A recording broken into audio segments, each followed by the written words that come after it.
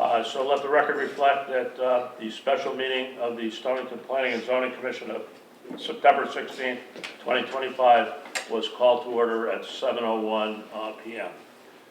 All regular members are here this evening, and there'll be no alternates appointed. What's the Commission's pleasure on minutes? Mr. Chairman, I make a motion to approve the meeting minutes for meeting number 1808 from November 18th, 2025 as submitted. Motion by Ryan to approve number 1808 minutes of November 18th. Is there a second? Second. Second, thank you both. Any discussion? Hearing none, all in favor? Aye. Anyone opposed? Chair abstains, motion I passes. abstained just to note that I was not at that meeting, but I did complete watching the video of that meeting. One additional abstention in addition to mine. The motion still passes. Minutes number 1810, December 2nd, 2025. What's the Commissioner's pleasure? Mr. Chairman, I make a motion to approve the meeting minutes for meeting number 1810 from December 2nd, 2025 as submitted. Thank you, Ryan. Motion by Ryan. Any second? Second. Thank you, Commissioner. Any discussion? All in favor? Aye. Anyone opposed? Chair abstains, motion passes. Next item on the agenda is number 4, opportunity for anyone in the audience that wants to address the Commission on any subject that is not on the agenda. Again, not on the agenda. Okay, we've got a heavy agenda here tonight, so I'm going to try to move along quickly through some of these routine items that we have here. Correspondence? None on the, no, sir. Okay. Did everyone get a copy of the legal memorandum? Yes. I believe so. Okay, fine. Just draw your attention to that. If you haven't had an opportunity to read it, please scan it before we... Yes.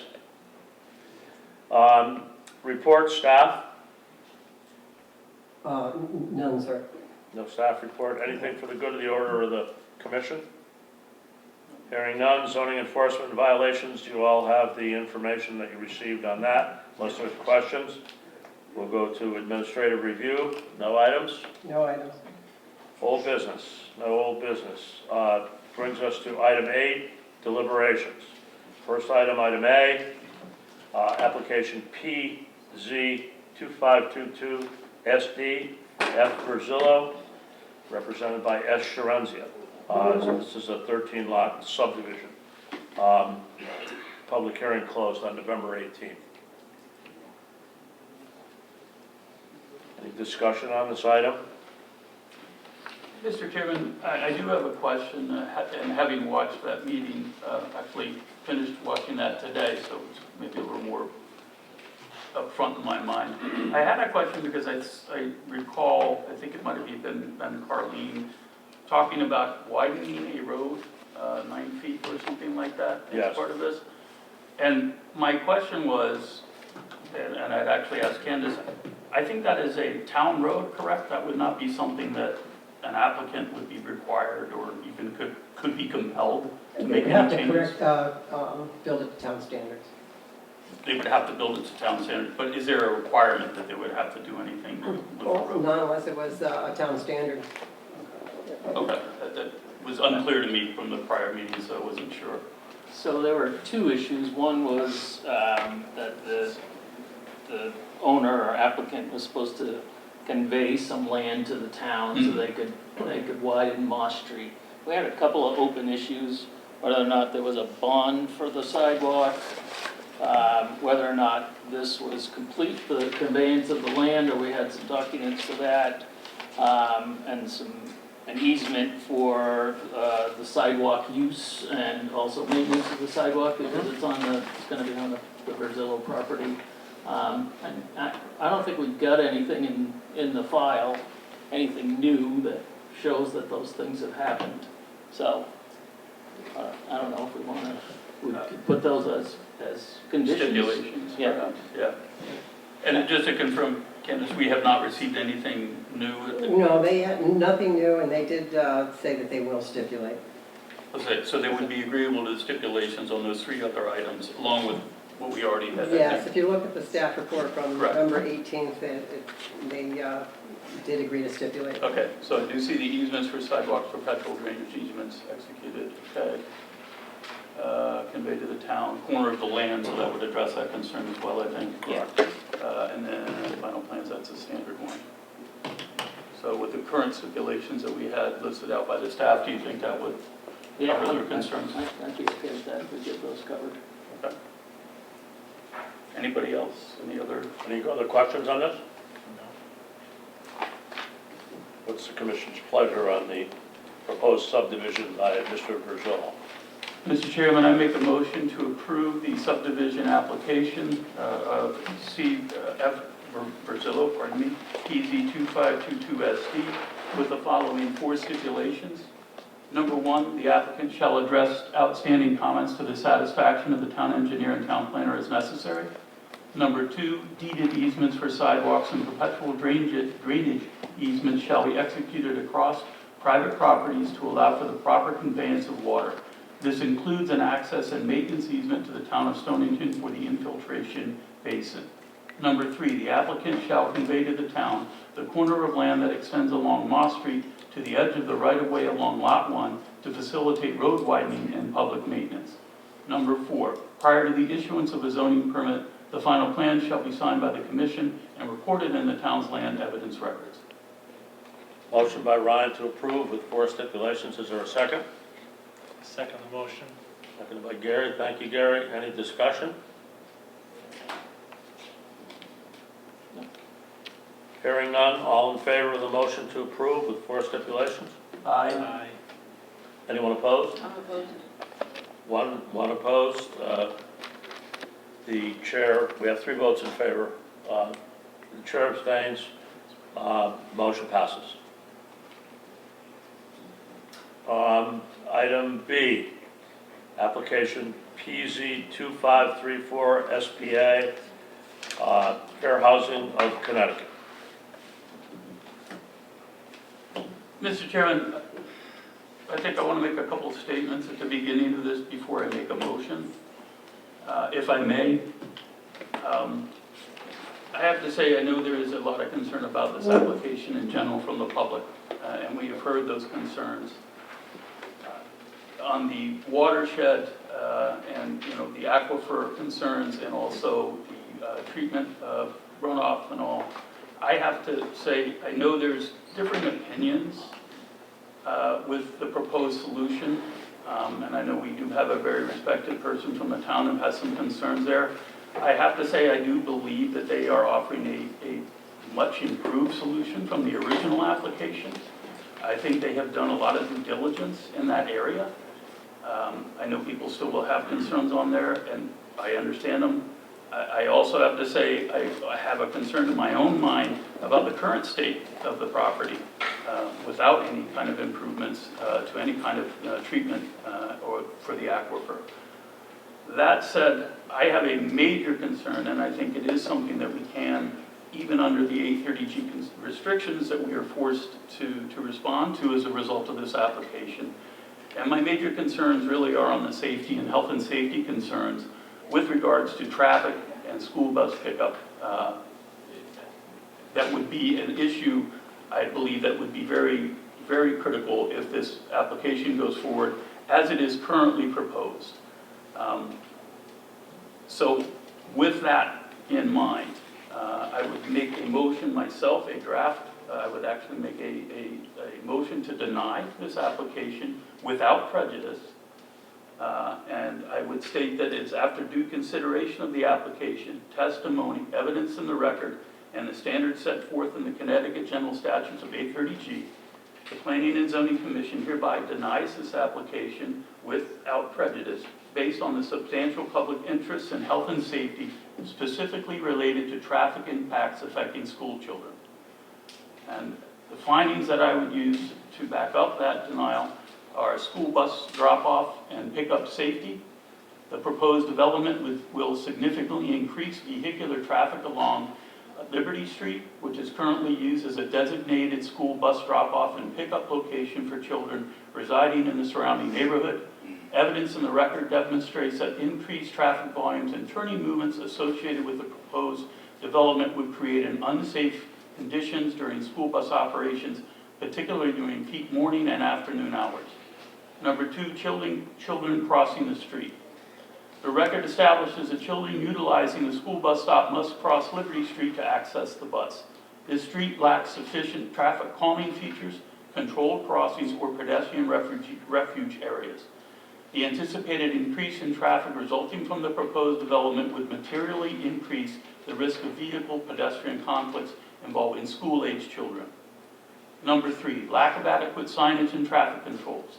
The application fails to provide adequate measures to ensure that vehicles will stop or slow appropriately when a school bus is loading or unloading children or when children are crossing the street. Specifically, there is an absence of permanent signage warning motorists of school bus activity or child pedestrian crossings. Number 2, no evidence was provided demonstrating the feasibility or enforceability of restricting vehicle movements during school bus pickup or drop-off times. The existing roadway configuration does not include flashing warning devices, marked crosswalks, or any other safety features necessary to mitigate these risks. Number 4, the applicant did not propose a credible or enforceable traffic safety improvement sufficient to address the concerns that have been listed, such as relocation of the bus stop to a safer location, installation of pedestrian control crossings, traffic calming infrastructure, or legally enforceable signage and enforcement mechanisms. Due to this, the Commission finds that the traffic-related safety risks to school children posed by the proposed development constitute a substantial public interest in health and safety. These risks are specific, documented, and supported by the evidence in the record, and are not speculative or generalized. Further, the Commission finds that the identified health and safety concerns clearly outweigh the need for affordable housing at the proposed location, and these concerns cannot be adequately mitigated through reasonable conditions or modifications to the application. For that reason, for the reasons stated, and pursuant to Connecticut General Statute 830G, the application is hereby denied without prejudice. Motion to deny by Ryan. Thank you, Ryan, with extensive narrative. If you have that in writing, and you could supply that to Candy for the minutes, it'd be most appreciated. Is there a second on the motion? I second the motion. Seconded by Gary. Thank you, Gary. Any discussion on the motion? I disagree with almost everything he said. I think a lot of that stuff can be, I don't consider that health and safety issues. I think that there was evidence in the record that the bus stop does not stop on the other side of the street, that it does turn around and stop in front of the property. Only coming back one way, though. Only in one direction. Sorry, Only in one direction during but I don't think they, the evening hours, as I recall, not during the morning. that's not what I heard. I also think that that can be mitigated by putting in sidewalks and installing proper signage. That could be, as we so often stipulate, in to add certain. I don't think it's our job to try to No, just- redesign it. I realize you're just making comments. I'm discussing. I disagree with what Brian said. I think, and if you would, like the aquifer, I think is kind of a moot issue. I am a water expert. I have designed stormwater systems. I have drinking water. I run a drinking water company. I think everything they said about the aquifer is not, it's going to be protected, fine. But I disagree with the traffic. Thank you. Any other comments? I guess just to follow up, are you in support of the project? Yes. And I guess, I mean, I've been sitting here for these past 3 or 4 meetings as we talk about this project. And I've been on zoning boards for 13 years. This is, I feel, the worst design project I've ever seen. It's just absurd in its scope. And I know it came beforehand with more. I think it was impossible to build the first time. And so now they're coming back and said, hey, we did all of this work to just make it absurd. And it's, I mean, if we were to follow zoning, we could do maybe 17 houses there. And so I don't know what 830G was supposed to do. Should they be allowed double the zoning, triple the zoning? This is more than 4 times the zoning. And to fit 84 houses on this lot, you have to pretty much cover the entire lot with either housing or pavement. Same with children is I made a comment to the applicant. I mean, these kids are going to have no place to play. There's no yard space So we're gonna have, I don't know, 80 kids there. Their only place to play is right along the street where we know traffic is moving at 54 miles an hour average. This is nuts. This is like high-density storage for humans. This is not, these are not homes. I'm not sure this would be allowed in any municipality that has zoning, but I'm not sure I think we have to what be we can do careful about that it. Yeah. 830G takes all of that criteria and sets it aside. And I think the more we talk about it and bring it into play, the more we could jeopardize ourselves, because you can't take those items into consideration and make a decision as much as we would all like it, and as much as we regret the fact that they're waived. So, point certainly well taken, but can't be part of the decision. I mean, like, it's very dense, and yes, the kids won't have a place to play, but that's not our decision to make, and that's not our place to say, that you need to tell us, according to 830G, I'm saying, we can't say, oh, you need more green space because the kids have nowhere to play. They're proposing this that does conform to 830G, with the exception of what Ryan thinks is an issue with the health and safety of the traffic, which I don't really see. So if you're looking at, am I in support of the project? Do I love the project? No. But do I think it should be approved based on the law? Yes. And based on, I don't see a health and safety issue being presented by what they're proposing. It is very dense, and would I like to see something smaller? Sure. Would I like to see lots of trees and green and parks for the kids to play? Sure.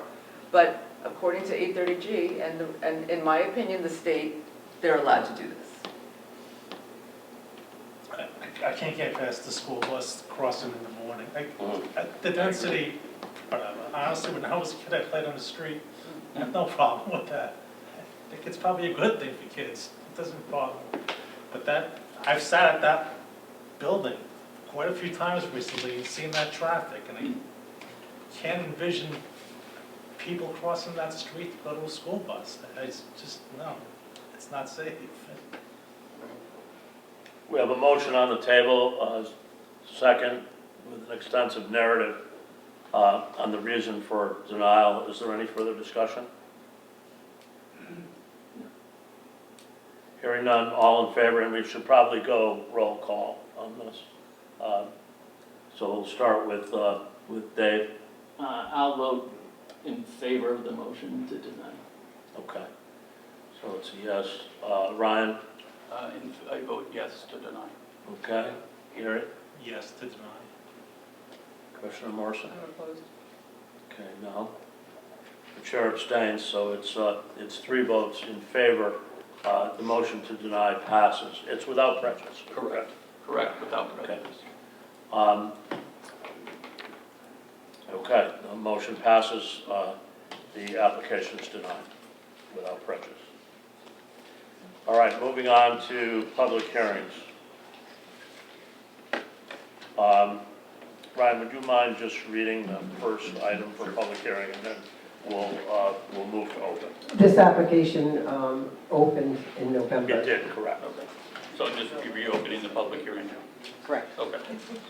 So, Mr. Chairman, I'd like to make a motion to reopen the public hearing for PC 2546 SUPT Chimento special use permit application for the construction of a retaining wall pursuant to ZR 12.4.9. Property is located at 2 Pine Street, Pawcatuck, M/B/L 16-7-15. Property is located in the RH10 zone. Application by Ryan to reopen the application of T. Chimento in Pawcatuck at 2 Pine Street. Is there a second? Second the motion. Second by Gary. Thank you both. Any discussion? All in favor? Aye. Public hearing is reopened.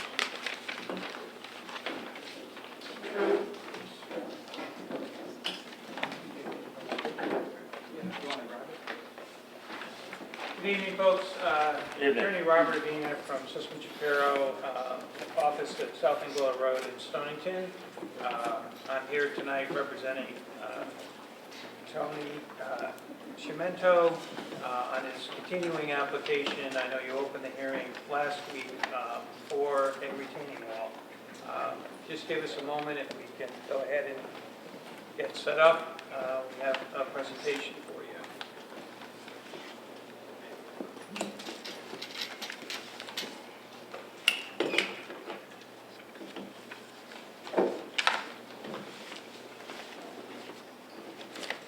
With me tonight is Jason Reynolds, he's a surveyor, and he's going to be walking us through the presentation of what we're presenting to you tonight.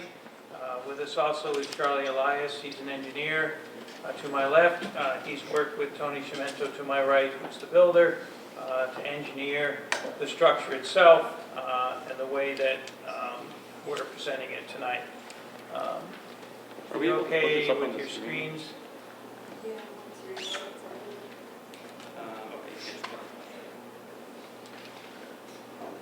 I can do it without screen, it's fine. Need a mic at all? At some point, yeah. Can I use this one too? Yeah. All right, I'll go over it. Thank you.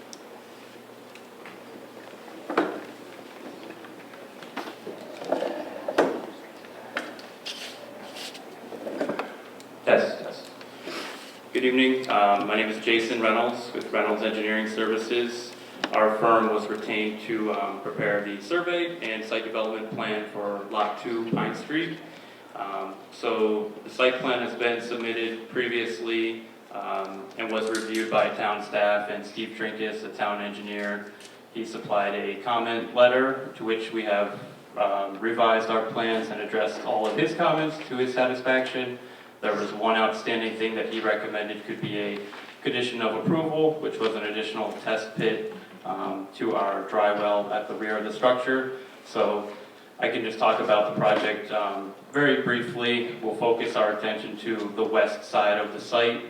It's a small lot here on the corner of Pine Street, and on the west side of the proposed structure, we have a retaining wall shown on the plan. And based on the grading from the road and our top of foundation wall elevation, the applicant is seeking to construct some sections of the wall in excess of the 59 inches.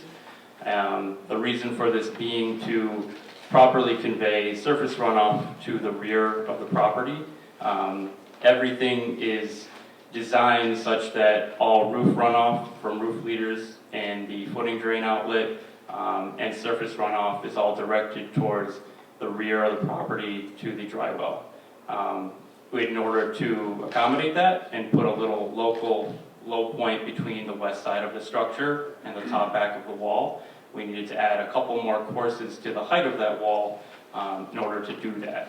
If we were to leave it such that the exposed face of the wall was 59 inches or less, then there wouldn't be any way to grade out the site without conveying runoff towards the top of the wall, which doesn't go along with the zoning regs and isn't really favorable to anyone's situation. So there's a small section of the wall, it's about 84 linear feet, and I'll point it out in just a second on the board. This section is going to be in excess of 59 inches, everything else is less. So I'll show you that right now. The blue here. This is the only section that's proposed to be in excess of 59 inches. Everything else is less. We added a lot of detail to the proposed contours and spot grades on here to just demonstrate the micro grading required to, again, convey all runoff to the rear of the property. The key thing here is that we're not proposing any point discharge of runoff, surface runoff, or from roof leaders or from the footing drain outlet anywhere near or at the property line. Everything is directed to the rear, to the drywall over here. We have erosion sedimentation controls all shown on the plan, all typical things. Safety fence is proposed at the high side of the wall. If anybody has any specific questions about the site plan, or if I can provide any clarity, I'd be happy to. That's basically it here. As far as soils go, I'll talk briefly about the soils. These are all, per NRCS, excessively well-drained sands and gravels. And again, the one recommendation from Steve Trinkus, the town engineer, was to do a confirmatory test pit in the area of the dry well. Applicant is happy to accommodate that and schedule that with him, but everything else has been reviewed by town staff and been addressed in the revisions to the site plan. Which street is Pine Street on there, my bearings? Route 2, Liberty Street. But on that map, shown on that picture, which, Yeah, he's trying to figure out which Yeah. is Pine up Street. there. That's Route 2. Here's the main, here's Route 2, it's Pine Street. Pine Street, okay. okay. So can I ask a couple of questions? So above, higher than 59 inches, what's the total height, or what's the highest point of the wall? The highest point, right at the pitch point, just immediately along the west side, along the left side of the structure there, a little over 8 feet at the highest, and then quickly goes down. That's just at the lowest point.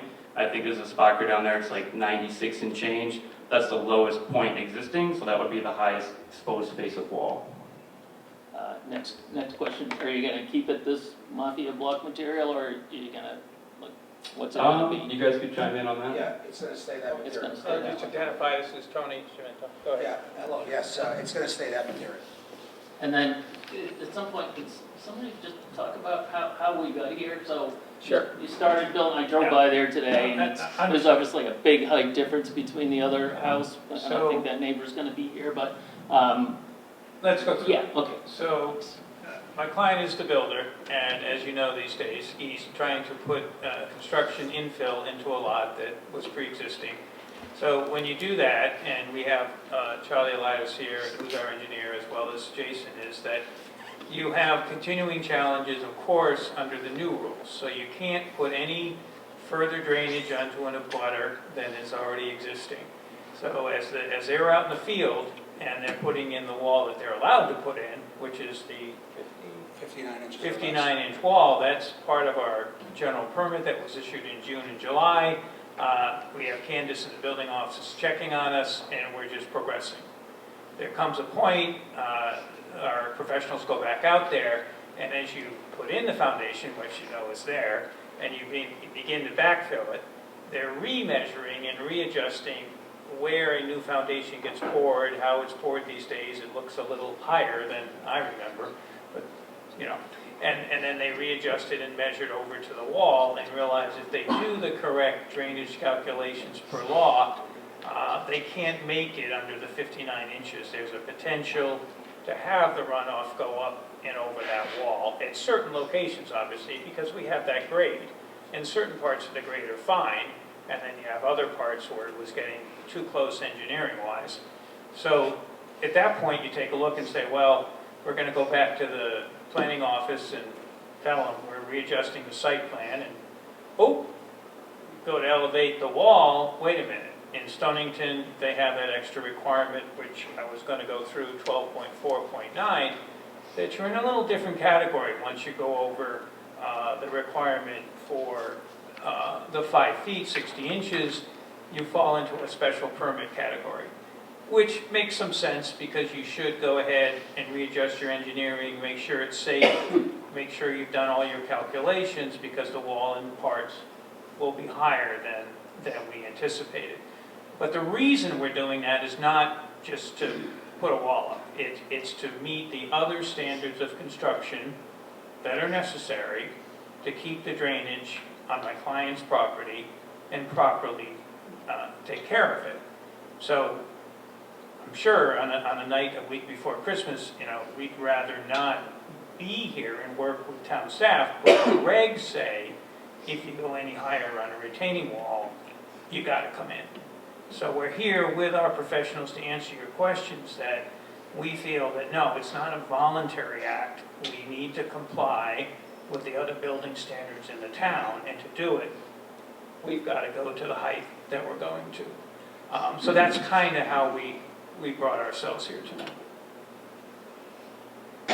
Any further questions of the applicant?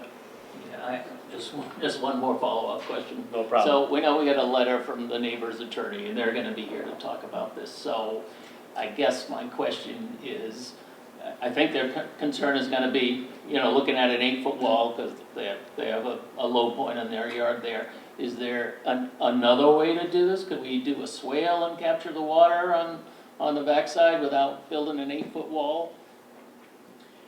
You could do a gentle swale, which is precisely what we're proposing to do.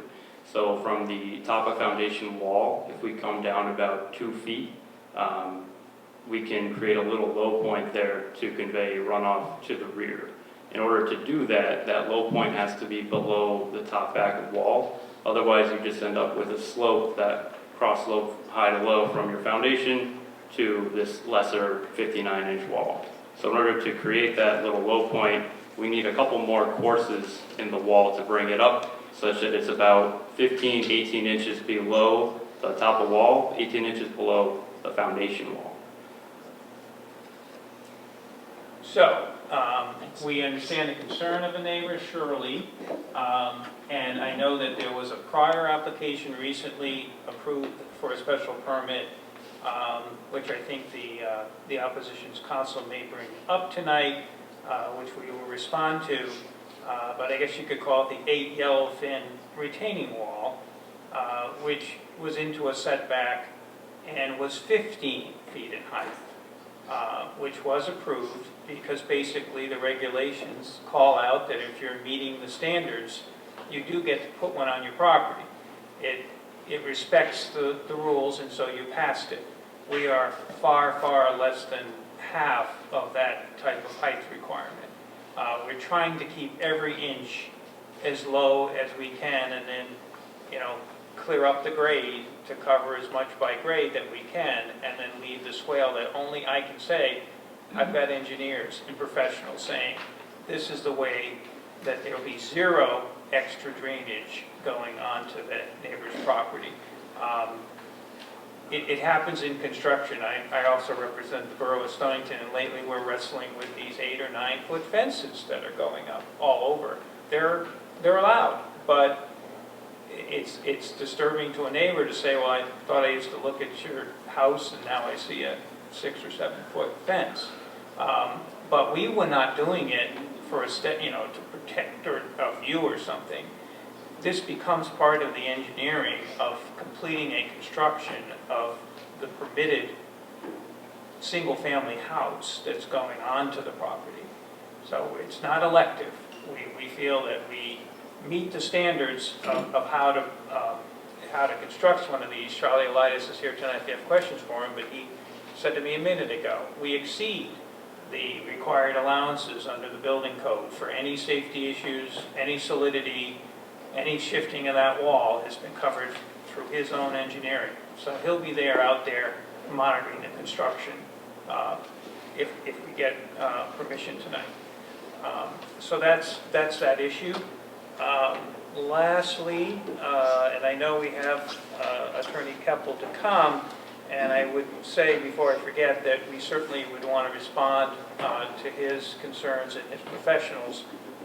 We don't know what time period that will entail, but we would also agree, I talked to my client earlier, that if need be, we would continue the hearing if necessary to bring in that evidence. We don't want, we know you have a very long agenda tonight, and I believe we have time, Candace, to, if I write it out, to give you some extra time.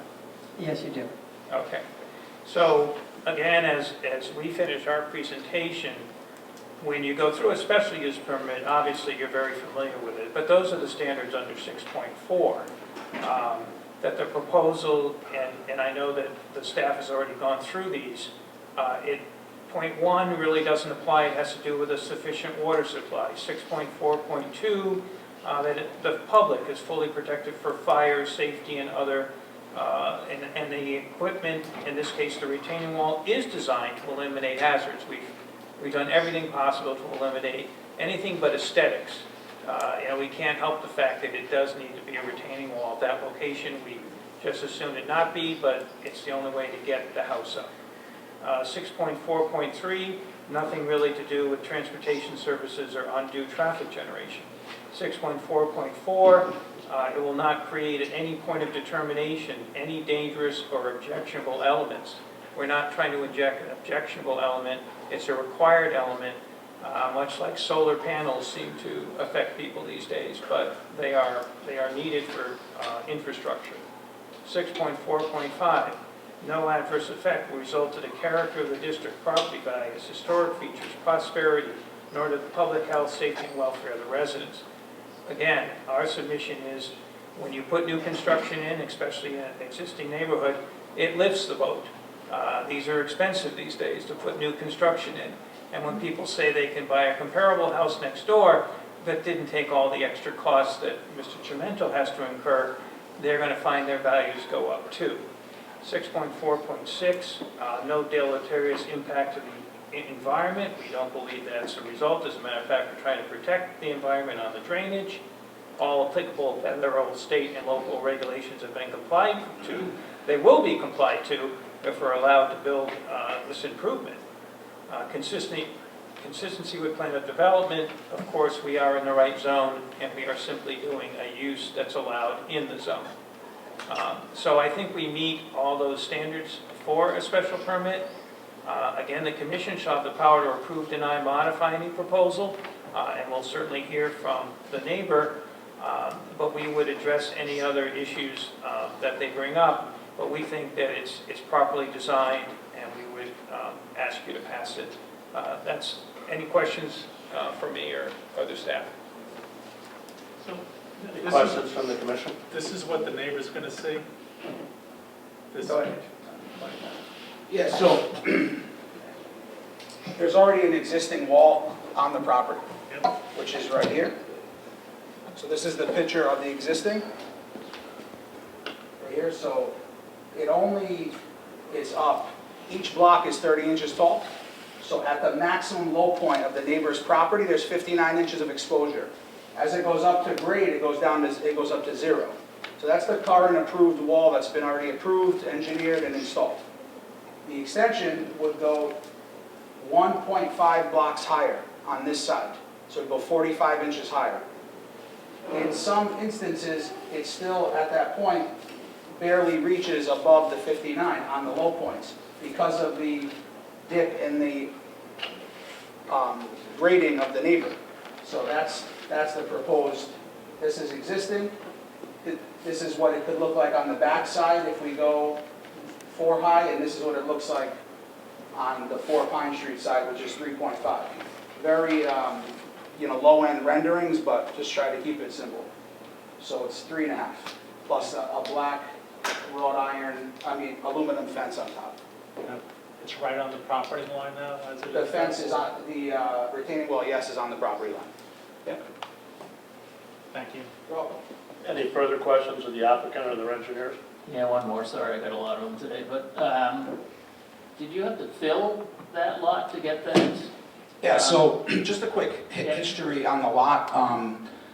2 Pine Street, I believe, was a fill lot for the road improvement on Liberty Street at one point. The lot was covered in invasive bamboo upon, when I bought the lot, December 2024. The rear property line, both of these where the walls existing, had, I believe, somewhere in excess of 200 tons of boulders that we needed to rent a special truck to get out. It was unmaintained, unsightly, creating erosion, a ditch, and just tons of washout. In excavating all that and creating the clean perimeter boundary line of the property, we wanted to just make a nice, clean, square lot, single-family house, graded out, everything legal. To meet the building code, you have to not discharge more water onto anybody's land. In order to do that, you have 2 high points, you swale the middle. You can't do that with a low point. So, that's the request. It's just to extend the existing approved wall. Any questions, any further questions of this applicant or their representative with the attorney? Any comments, Candy? Yeah, can you all please sign in? Oh, sure.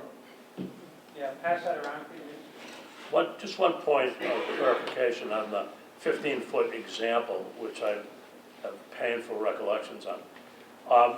That we required a heavy landscaping component and screening component on that, as I recall. The wall was located 5 feet from the property line, so there was one line of Spartan junipers Yeah. that was against that, and then the other plantings were to the side of the lot. To the side of the wall. It wasn't buffering a neighbor. It was only buffering There its was own property. landscaping though. Correct. Okay. There was, Thank and there was a wooded area across, it was right Yeah. against the street, and then there was Mhm. wooded area across the street from it, some But neighbors this were is looking at it. right on the property line, as I understand it, Right, correct? right, no Yeah. room for a landscape. Any further questions? If none, we'll open it up to the public at this point. Is the commission comfortable doing that? Yeah, let me just, We have a just list, sign to, up back list. to my last question. You cleaned out the lot, but then did you fill it to get to that height, or did you use the existing grades? I'm trying to figure out if you created the problem or. Yeah, no, so we actually hauled out about 60 truckloads of dirt. So during the excavation, we didn't bring any fill in. If anything, it got hauled out. That's the question. Thank you. Do we have a sign-up list for speakers? Let's see if it's in there. Thank you.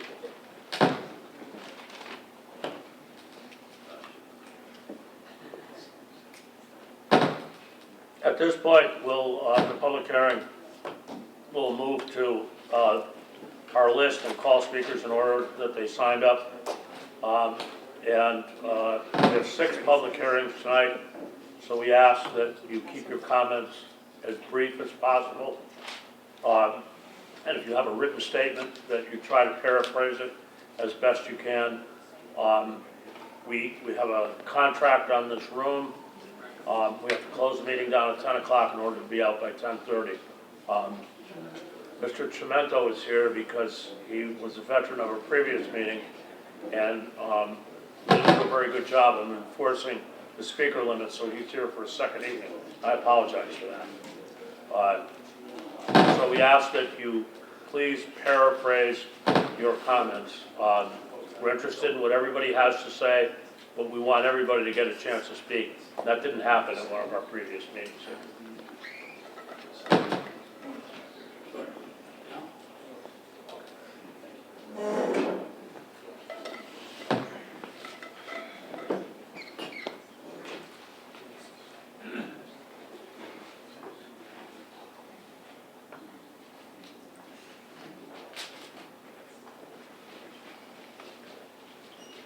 If it's appropriate to. Is your microphone on? The green, yeah. The green light. You gotta Please speak. set it up. There you go. Now we can All hear right, you. here we go. So first of all, I want to thank the commissioner and the commission for allowing us to present more than a 2-minute objection to the project here at hand. We're still gonna ask that you try to be as brief as possible. If you have exhibits that explain your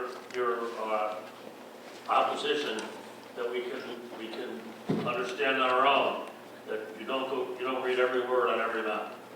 I'll try not to do that, Okay, thank you. Mr. Chairman, but I do want to thank the commission. I know you commit to public service and your family's home alone, and it sometimes feels like watching paint dry to hear these presentations, but I would like to approach the chair and provide him with some items. Thank you, sir.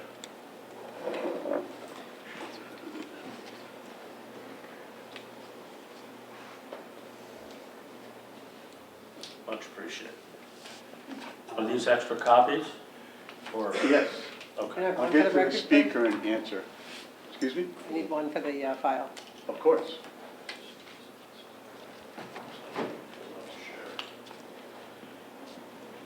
My intention was to provide each member with a copy until my Canon MF 451DW malfunctioned, and my talented staff did not have the technical skills to address that.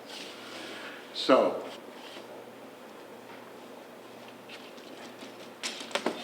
oops, there goes.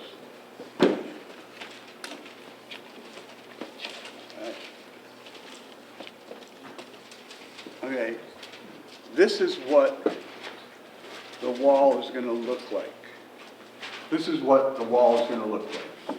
And although it's an AI-driven picture, my clients know what the wall is going to look like because Mr. Chimento put this wall together and the zoning enforcement officer told him to take it down and to apply for a special use permit major retaining wall.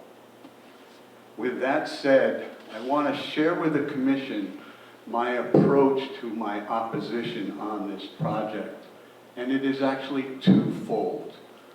First, I want to present the commission with a historical context of how we got here tonight. And the second thing, and this may deviate from the seasoned land use attorney Avina's approach, is I believe that there is more than one regulation that applies to this application. I believe that there are a series of regulations that govern a special use permit.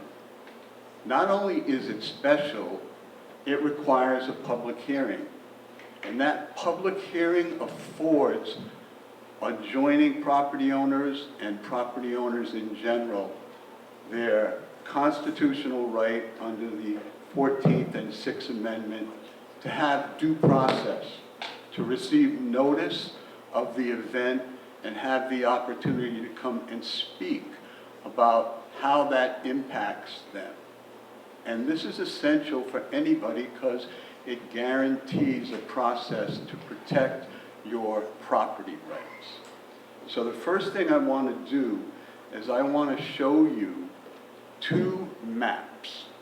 The first was generated by the applicant and his surveyor and was presented to Mrs. Palmer. The second one, Mrs. Palmer never saw.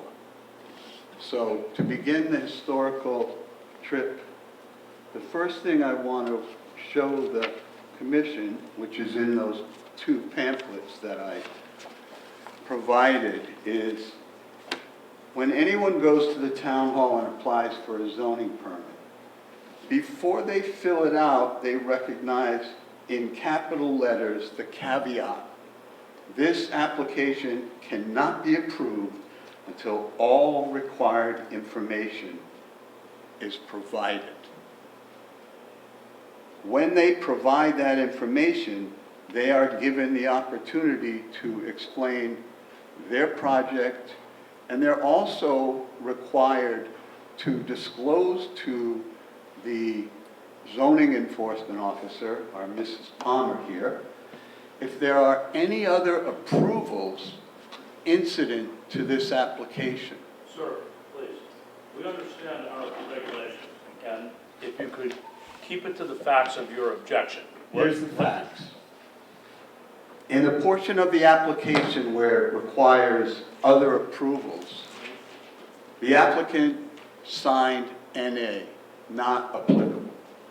And so the zoning enforcement officer, who every day has to evaluate an application for its continued compliance with zoning, was led to believe that there was not a requirement for a special use permit. Lo and behold, here we are.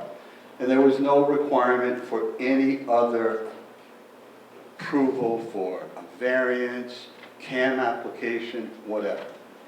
So the application was filled out, no need to have any other approvals.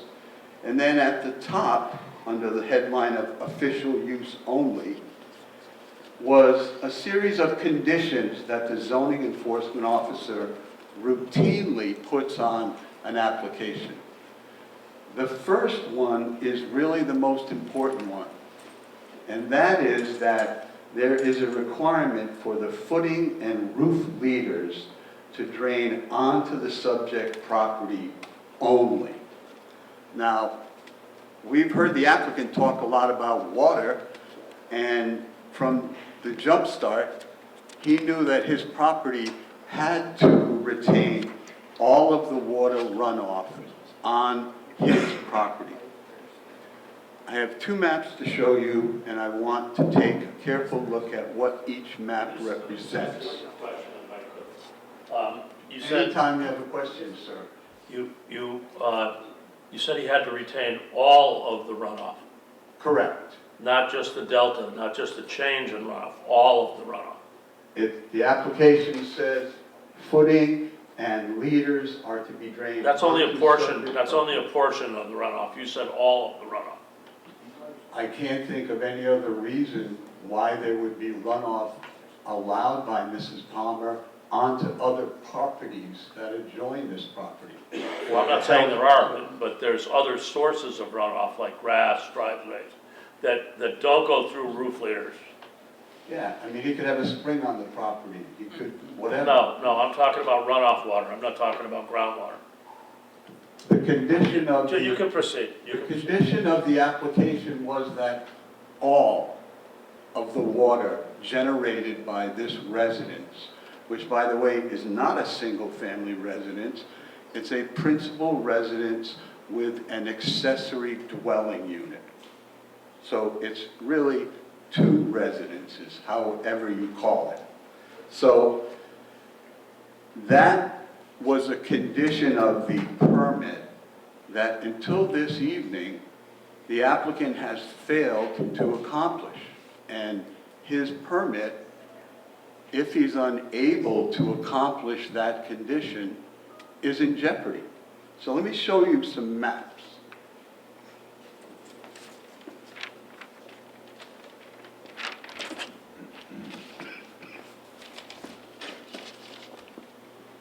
Excuse me. Kenny, while he's setting up, I'd like to get a clarification from the town engineer. I don't believe that it's zero runoff. I think it's. I didn't request zero runoff, it's the permits right in front of you.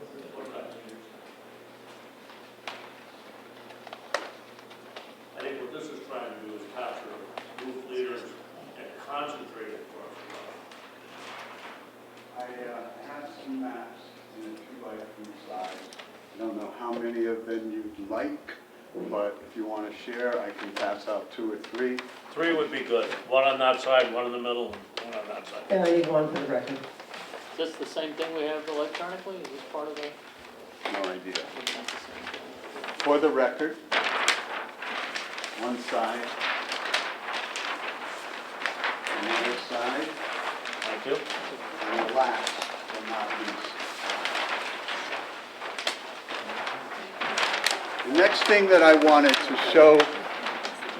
Oh, here. The next thing I wanted to show the commission is a second map. And this one, I'm sorry to say, you'll have to pass around, but I have a 2x3 version that I will point to. Where would the chair want me to put this? Let's just start at that end, I'm sorry. For the record. And if I could ask, sir, with the first map that you handed out, could you explain what it is so we can start there? I have every intention of doing just that.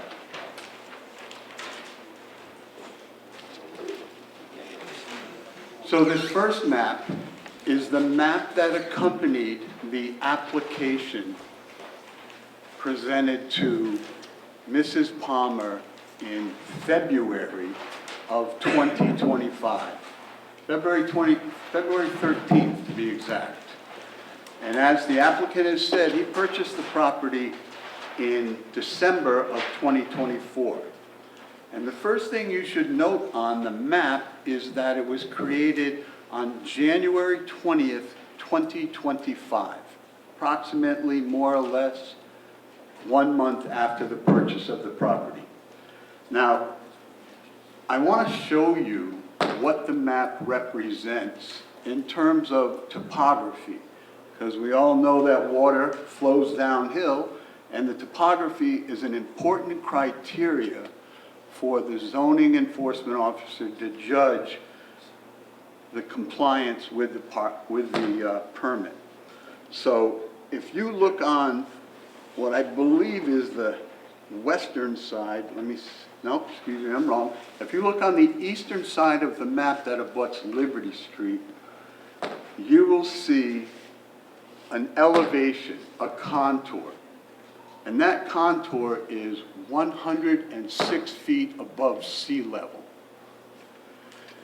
I would then direct your attention to the western side of the property that shares a common boundary with my client. This map indicates that that western side has an elevation of 98 feet above sea level. So essentially, this map portrays the lot topography as a gentle slope over the depth of the lot that is 95 feet. Now, I want to draw your attention to the second map that I provided you. That map represents the work of the state of Connecticut that in 2023 flew the entire state in contours of 2 feet, so they have an accurate record of the existing topography of every blank piece of property owned in Connecticut. This, with the assistance of a licensed surveyor, James Bernardo, is focused on Pine Street, 2 Pine Street. And there are some stunning changes in comparing one map to the other. And just as the applicant's survey indicated on the, let's call it Liberty Street instead of east and west, there shows a topography of 106 feet above sea level. And the property continues westward at a reasonably level, gently sloping topography. But what should jump out at you is all of these elevation lines on the western portion of the property. And what in fact it depicts is that as you travel into the depth from Liberty Street towards my client's property, for a distance of about 80 feet, it remains that gentle sloping topography. But about 20 feet from the border of the western portion of the property, suddenly the topography changes. It goes from 104 feet, another 6 feet toward the western boundary, to 102 feet. And then, in the course of the next 20 feet, it drops to 95 feet. So that means that over the course of 20 feet, the elevation has dropped, guess what, 7 feet. No accident that they're here asking for a retaining wall, because how are they going to get to the other end of the property and place the principal residence and an accessory dwelling unit when it's all going downhill? Now, I don't believe to this very moment that Mrs. Palmer has ever seen this map, but it doesn't take a rocket scientist to know that if the elevation over 20 feet drops from 102 feet above sea level down to 98 feet above sea level, there is a differential of 7 feet. Now, if Mrs. Palmer had known this, and my clients were lucky, she might have posed the question to the applicant, how are you going to create a wall to maintain this elevation? You've said in your application you don't need any other approvals. And based on that representation, and based on the map, which I believe the other thing I wanted to show you is down in the lower left-hand corner, the surveyor who did a A2 survey, just let me get the terminology right, said this map had a topographical accuracy of a class T2. I'm not going to try to explain to you what that is, but it is some sort of proclamation that this map accurately depicts the existing topography of the property. Remember, only 3 months have transpired since he bought the property and got his permit on March 13th of 2025. And before that permit was issued, he didn't take 20 tons of rock off the property. He didn't do anything to the property because he didn't have a permit in which to authorize that work.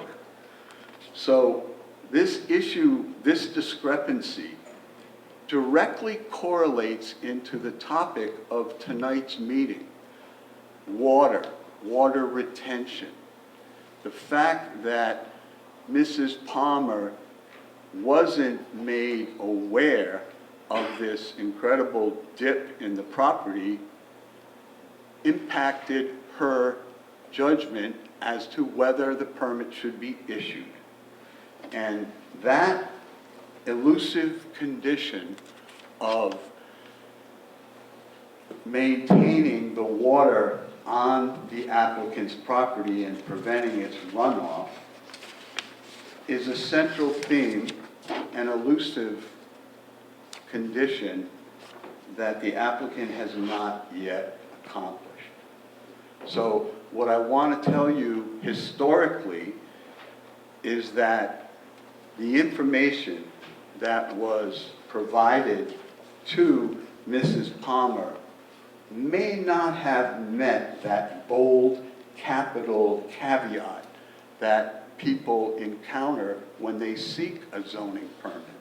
That is, it may not have provided, and I quote, "This application cannot be approved until all required information is provided." I'm a proponent that this map, reflecting the accurate topography of the property, is required information that is provided, and the applicant cannot be approved until that accurate information is provided. So the other approach I have to this matter Are you is, about to wrap this up, sir? no, I'm not. How much time do you think you're going to require? I stated in my letter that I've been a practicing land use attorney for 42 years, and I estimate that I would take an hour to make this presentation. I have 3 expert witnesses, and that's just the way it is. These people have every right to protect their property rights, and I alerted the commission as respectfully as I could. And I hope that satisfies your query about how long I'm going to take and how long the witnesses that I'm going to present. I have embraced that notion since the moment I got up here. Okay? I am. So, my approach, unlike Attorney Avina, is that you have to examine every regulation that is germane to this application. Not only do you have to look at the regulations, but you have to go ahead to Chapter 20 and look at the zoning definitions and terminology. Because how the heck can you understand a regulation if you don't know the definition for the words that comprise that regulation? So I took a deep dive into that. And in doing so, I found many regulations that cover the public's right when a special use permit is submitted. It experiences a higher scrutiny because of its inherent impact onto adjoining property owners. So there are words in these regulations, and I will start with what Attorney Avina had referenced as 12.4.9. Sir, please address your remarks to the board, not to Attorney Avina. I am addressing my comments to the board. Aside,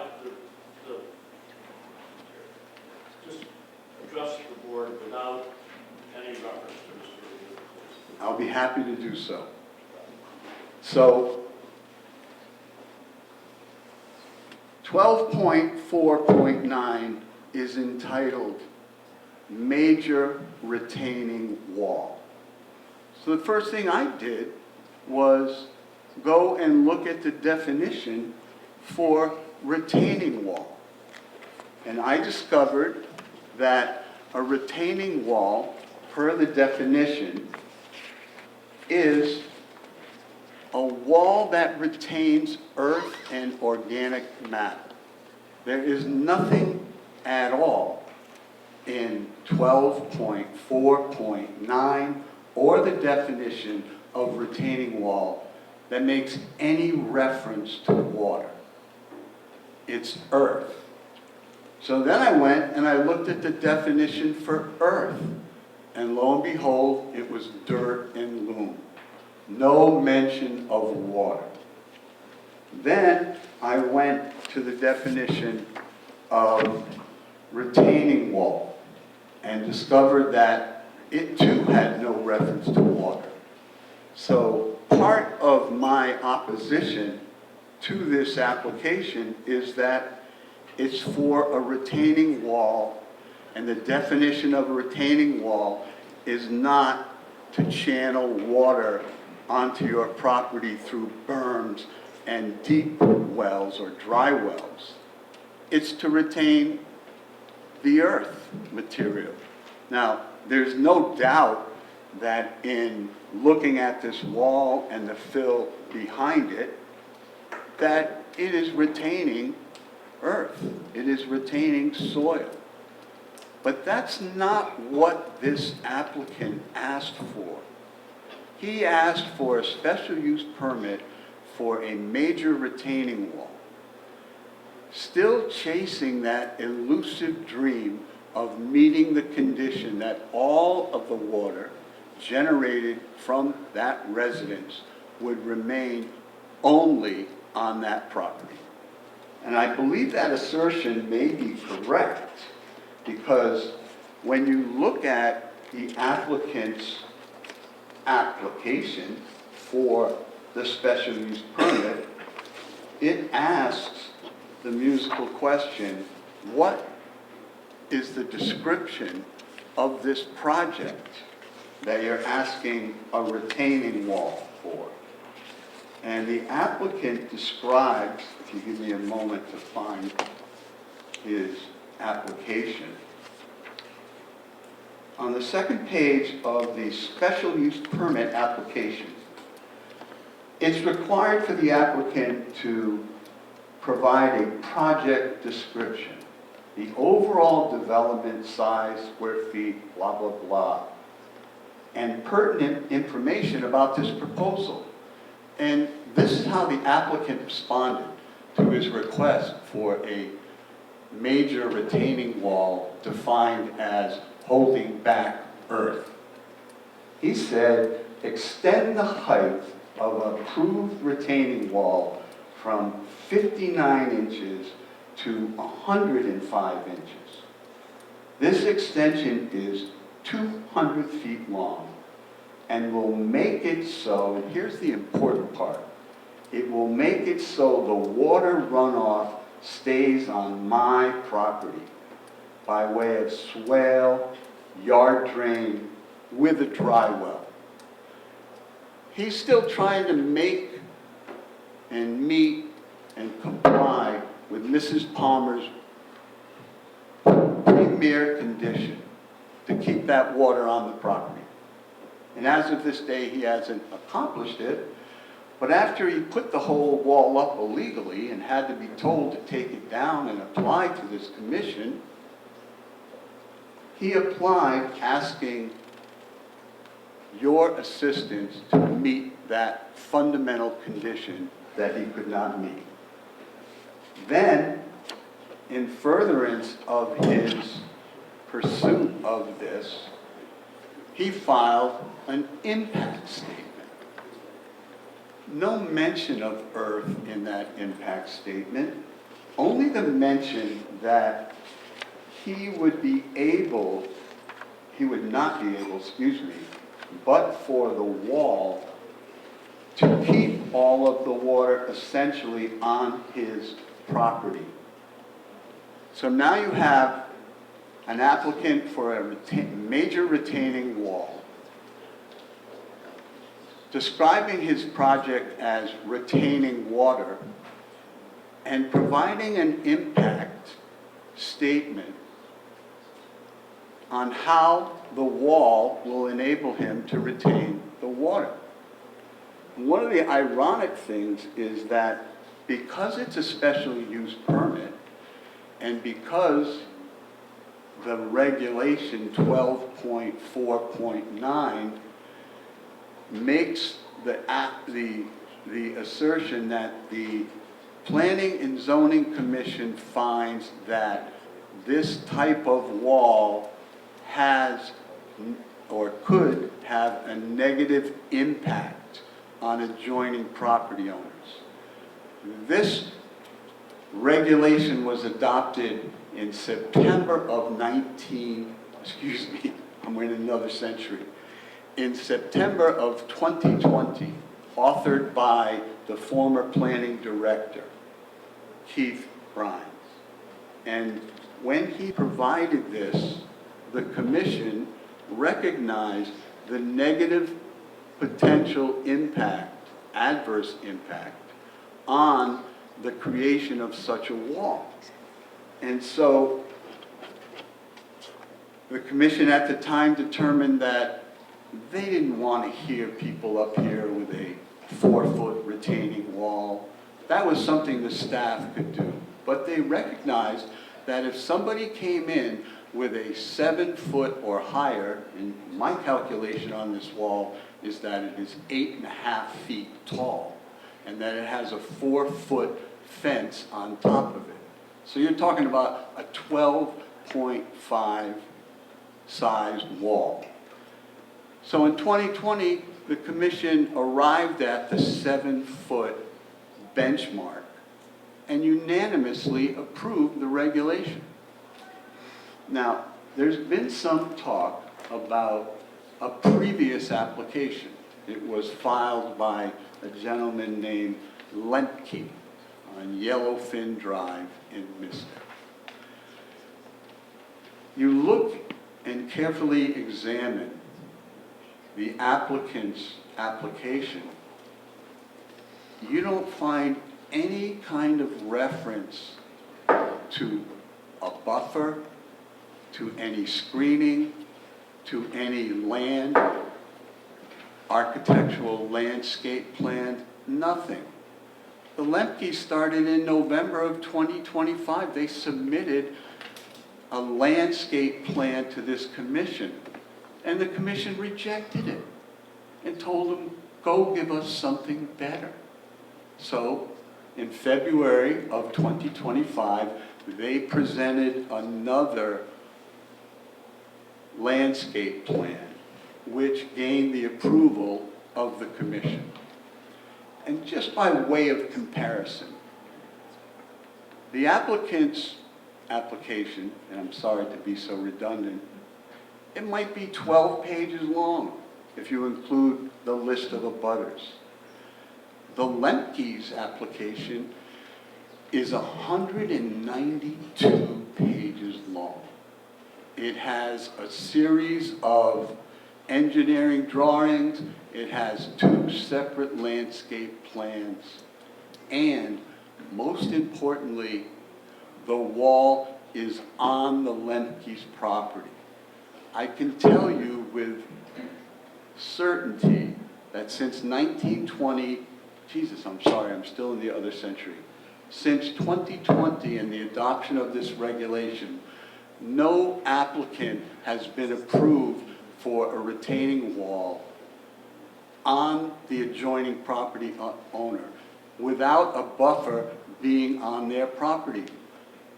This application disregards or perhaps eviscerates the letter and the spirit of the regulation, because ordinarily it's a foregone conclusion if that you're going to place a 7-foot wall retaining on your property, you're going to do everything you can to prevent any adverse impact onto the adjoining property. And if you examine your regulations and requirements for a special use permit, the applicant is actually required to submit not an impact statement, but an adverse impact statement explaining how his project will adversely impact the adjoining property owners, so that then the commission can guide him through the process of mitigating that adverse impact. The applicant's submission of an impact statement requesting the wall so he can retain the water on his property doesn't mention that any adversity is going to be created at all. It is relegated to what his needs are and the impact on him for not being able to construct an 8.5-foot high concrete wall on the boundary of my client's property. Not 6 inches from the property, which is required, but right smack on the line. And in doing so, he provides a reckless and divisive impact on adjoining property owners. And since he bought the property and knew the topography and had his engineer and survey go out there, it may have occurred to him, hey, if I build this wall right on the property, that's going to have an adverse impact. And there is a letter in your packet from Gregory Erb, who has an appraisal business that he has been conducting and founded in 1999. So I get a chance to visit the past century. And in that determination by Mr. Erb, he states that, excuse me for a minute, maybe 2 minutes. He addresses this letter to my client, and he says, in my opinion, the height of the proposed wall and its proximity to the dwelling located at 4 Pine Street would have an adverse impact on the market value of 4 Pine Street. Also, since the wall is proposed to be located on the property line, it would require the owner of 4 Pine Street to buffer the wall in order to limit its impact. So now, in order to preserve and protect the value of his property, instead of leaving his house every day and mowing the lawn and looking at this behemoth wall, he has to use his own property to buffer the property and preserve the value. That's a taking. When somebody has to use their land for the benefit of an adjoining property owner, and I'm not talking voluntarily, people make trades of boundaries and all the time, but in this case, there was no overture on the behalf of the applicant that, hey, I'm going to put this wall up, where would you like the buffer to go? Well, they don't want it on their property, but they require it in order to preserve the value of their property. And if you look at the map that was prepared by them, you can see that this principal residence and accessory dwelling unit are pushed right up against the rear of the property. I'm told that an intelligent builder builds to the condition of the land that the structure is going to be on. This is hardly an application that takes into consideration the land and the structure that's supposed to be placed on it. And Mr. Erb recognized that and had no qualms about presenting that finding.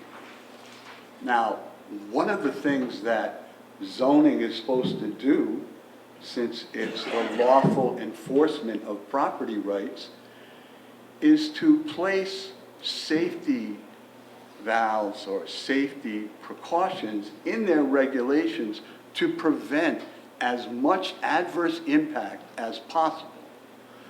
That's why the Lemke's application is 192 pages long. That's why they came to you knowing that they'd have to provide you with landscaping plans. And why? To protect the adverse impact on adjoining property owners. And they sure as hell didn't consider having to put the buffer on someone else's property. And that's what this gentleman is proposing to do. And this commission, for a number of reasons, should deny that application. First of all, it's not a retaining wall. It doesn't meet the definition of a retaining wall, and it doesn't retain earth. It's to retain the water on his property. There's nothing from preventing him of coming back and correctly asking for an application to conduct an activity that is defined in the regulations and provided for in the regulations. He asked for the wrong thing. He ignored the fact that the topography that was existing would require a major retaining wall. He ignored the fact that once the property was developed, he could go ahead and put a 7-foot retaining wall until the zoning enforcement officer said, wait a minute, that's not what you asked for in the application, and that is not currently compliant with the zoning regulations. So if you want to keep a 7-foot wall, you're in violation of the regulations. My duty as the zoning enforcement officer is to enforce those regulations. You're in violation. Take the wall down to 59 inches and go see the commission about an application for a major retaining wall.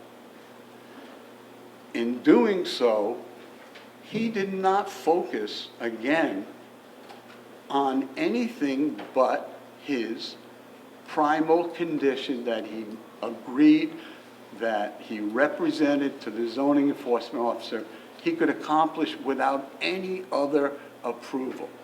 Now, the gentleman has every right to come in and modify his application, to say to Mrs. Palmer, hey, I have recently discovered the need to have a major retaining wall. He didn't do that. He built the wall. She told him to take it down, and he applied here, furthering his quest to meet that condition. You've said that like 5 times. With You're coming reason. full circle around to where you started. I'm going to ask you to wrap this up. I You can I'm submit whatever hard-pressed. you want in writing. I'm asking you to wrap this up. We have a long meeting tonight. We have 6 other people that want to speak on this application. And you've already taken a half hour, and you're rambling. You're saying the same thing over and over again. I get the gist. I get the gist of what you're saying. You do get the the topo. gist. Of course I do. Well, the topo. I'm not happy- gonna paraphrase it for you. I'm asking you to do that, and for one reason or another, you're rambling off in a million directions. Please, just paraphrase your objection and conclude your remarks. You've taken way more than your share of the meeting tonight. Well, let me be succinct. And first I should apologize to the applicant because maybe what I'm about to say might not be viewed as complimentary. But I would say to the commission succinctly that since day one, the applicant has misrepresented his plan to the zoning enforcement officer, to the detriment of I'm going to have to the object at this point, Mr. Chairman. We have the zoning permit for the property. The zoning officer is fully informed of all the circumstances of the property. The only reason we're here tonight is the difference between 60 inches and 105. That's all we're looking for, not... You'll have an opportunity to rebut, Mr. Yeah, and I guess I'm also just, Mr. Chairman, that we're prepared to continue, and Mr. Keppel agrees to give him additional time next month. I've already signed that, so if you want, sir, we will let you continue. Please, you'll have an opportunity for rebuttal. Yeah. I understand. You may conclude. In conclusion, it wasn't until 7 o'clock tonight that Mrs. Palmer ever saw this map. And I'd be happy to continue till next month. And now I'd like the commission to hear from Mr. Tebbetts, who since 1996 has had a business as a consultant for code compliance. And he can get down into what the regulations say and what they actually mean as applied to this application. Thank you for indulging me in this presentation, and the paint continues to dry on the walls. Thank you.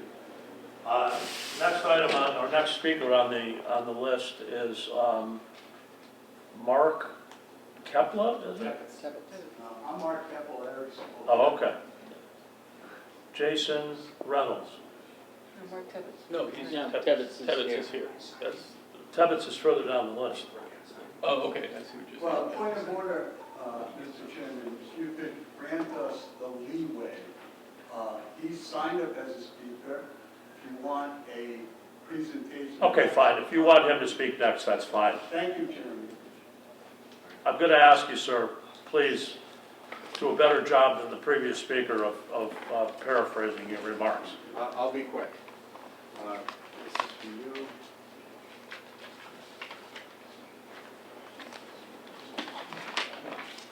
Thank you, we appreciate that. The middle podium? Yeah, whichever one, yeah. You have to speak right, you have to speak right into the mic. Okay, first thing, we're really talking about the cart before the horse.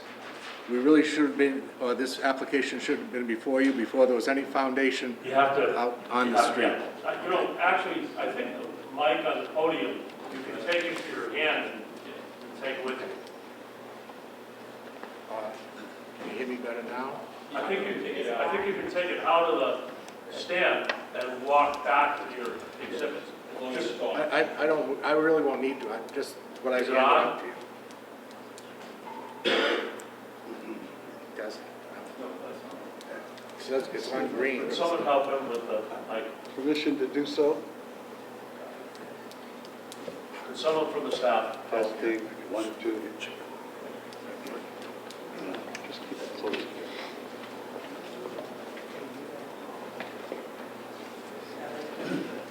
This is what I didn't see. All right, thank you. A couple things. Really, we're looking at something, the cart before the horse kind of thing. This whole application should have been here before the permit was issued. The permit for this retaining wall is a major, major part of this project. Now, I've been in the construction industry for quite a while. I should probably introduce myself a little bit. My name is Mark Tebbetts. I've been a licensed building official in the state of Connecticut since 1987. I'm a master code professional. I'm also a certified zoning enforcement officer. I won't go into all the other details, but I've been doing it for well over 30 years. Most people design the house to fit the property. In this particular case, we're trying to design the property to fit the house. It would have been much simpler to come in and try to get this permit for a retaining wall before the house was built, and then make the house fit the property as it is. If you look next door to the neighbor, you'll see that the neighbor has a walkout basement. But on this piece of property, we're trying to build an 8-foot wall to retain dirt, to keep a house that's way up out of the ground. A few things that I've handed you a permit there. And I just wanted to point out a few of your regulations that Pick up the mic. I wanted to point out a few regulations that pertain to this particular wall. First thing is, this is page 113 of the zoning regulations. Retaining walls of 3 feet or more in height shall require submission to the for a zoning permit. Major retaining walls of 5 feet or more in height within building setbacks shall require submission for a special permit in accordance with 12.4.9. In reviewing it, I've underlined some of the things here, and it says locate close to property lines have the potential for negative impacts on adjacent property owners. That's exactly what's happening here. An 8-foot wall on a property line. If you think about it, there's no buffer at all, and you certainly wouldn't want your neighbor building his little garden shed on the property line. But this is a whole entire length of that property line, over 8 feet tall. The rest of these impacts warrant review by the commission when such walls are adjacent to the neighboring properties or to public rights of way. General regulations. Construction of new major retaining walls of 5 feet or more in height shall require a special use permit application when the wall is located in a required yard. And that's where it is. It's not on the property, it is right on the property line in the required yard. So no buffering will be between this wall and the neighbor's property, because it is, I saw a picture tonight with the property line staked right up against this particular wall. Review criteria, this is C, 12.4.9, major retaining walls. C, a special use permit application for a major retaining wall in a building setback shall address potential negative impacts on adjacent properties, public infrastructure, and aesthetics, public safety, and including motorist visibility. The commission may require modifications of design elements to mitigate potential impacts, including landscaping, safety fencing, stormwater management feature, and/or modifications to site grading. That's just under the major retaining wall part. Going back to this is page 145 of your regulations. Under obtaining permits, site plan showing the proposal in sufficient detail to allow appropriate findings of compliance is important. That's 15.1.1, obtaining permits. B, that wasn't done in this case. There was a lot of confusion about what was going to be built, where it was going to be built, and you can see right now we're having a big discussion about what's a 50-inch difference in the height of the wall. How did we get to a point where it's 50 inches? A couple inches maybe, but 50 inches is a significant problem with the design. And again, I should emphasize that you should have built designed the house to the lot, not the lot to the house. E, under the same number, the impact statement meeting the standards of 16.3 when applying to special use approved. I haven't really seen an impact statement that says, other than I need to do this because I messed up and I built the house a little bit too high. Compliance with application and revocation, and I won't go through this, but the zoning enforcement officer has the right to call this a violation and take back the permit that she'd already issued. And I won't go into setback lines or side lot lines because you know what that is. And I did, on page 188, I underlined the retaining wall major, a retaining wall of 5 feet in height or more, and its highest point is measured from ground level to the top of the wall. 105 inches is a considerable wall right on the property line. But there's more to this than that. I just went through a couple of quick items in the zoning regulations that you need to consider here tonight. But there's more to it than that, because this retaining wall required a building permit. I've given you a copy of the residential code for the state of Connecticut here, and I'll go through just a couple sections. First of all, on page 1-5, R105.2, work exempt from permit. This goes and it lists the things that do not require a permit. And it says retaining walls. Retaining walls that are not higher than 3 feet, measured from finished grade. This is well over that amount. Even the original wall that they were talking about was well over that amount, and it required a building permit. This is a system type wall that has very specific construction requirements. Now, I've seen a picture here that leads me to believe that there may not be a proper foundation under what was put there. Now, I could be wrong, it's only one small spot, but since there was never a permit issued for it, which was required, there was never an inspection done of the stone and foundation for this wall, which was required. I don't know how you can let the wall stand without doing a serious inspection of the wall itself. Now, I've known Charlie Elias for probably 30 years. We've worked together in Groton. He's a good engineer, but he wasn't out there all the time to see all the things that were done with this wall, and it just brings it into a little bit of a question about whether the proper foundation was put underneath it. And on top of that, is it a structure? Does it require a permit? Yes, it does, because the building code's definition of structure is that which is built or constructed. So there's no question in my mind this required a permit. Section R404.4, retaining walls.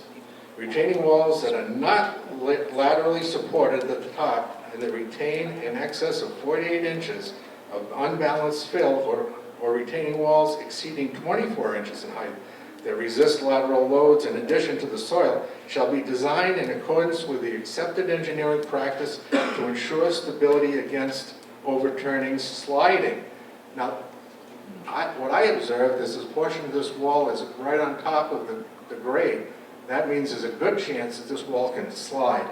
Excessive foundation pressure and water uplift retaining walls shall be designed for a safety factor of 1.5. I won't go into the rest because it really doesn't matter too much.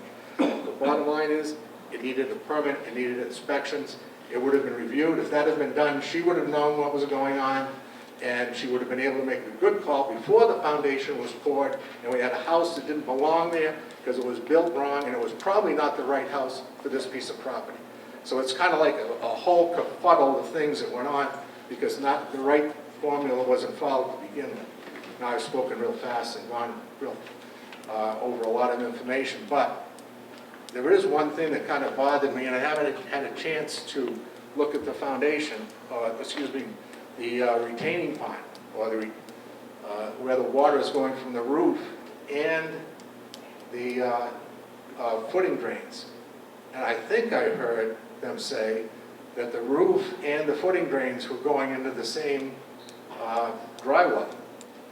I don't know if you've got any of you builders, but that's a big no-no when you take all that roof water, dump it into a cistern that will then backfeed into the foundation wall. If you want to flood your basement during a big storm, that's the best way to do it. So that alone is, if you have two separate cisterns, fine, but all of a sudden I'm kind of worried if we're trying to collect the footing drains at that point, how deep in the ground is that catch basin or the drywall? Because it's got to be below the footing drains. So if you got an 8-foot wall, you may be 10, 12 feet below grade on that thing. So it just brought up a question. And if you have any questions, I'd be happy to answer them. Thank you, Mark. Thank you. Michael Harrington. Evening, sir. Good evening. So, my name is Michael Harrington. I live at 4 Pine Street, and I just want to go through a little bit of the process of what we've been through to get to this point. Mark's going to help me out here. I'm not going to talk anymore.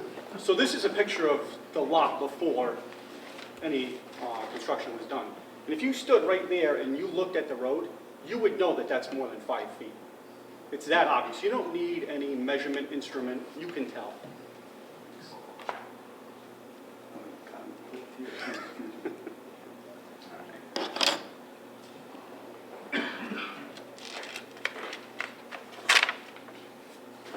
This is when we started digging. If you would notice the property line and where the dirt was, that was the first visit to the zoning office. because there was no erosion control and all the dirt was going on my property. Next. Now we have erosion control. Notice where the dirt's going, over the top. Next. This was the result of a hurricane, according to Mr. Shimento. I had a landscaper that day that had to clean that up. This is when we decided where the wall was going to go. Mr. Shimento asked if he could cut the tree down. I decided that it wasn't a good idea because it was a boundary. Notice the pink line. Notice the stone and where the property line is. Next.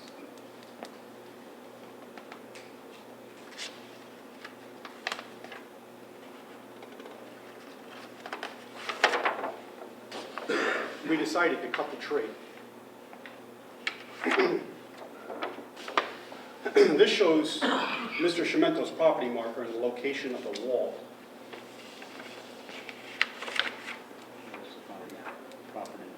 Huh? The property line is a stake right here. So I read a little bit about this, but this pink line is a property line, and that stone is on my property, which I believe is encroachment.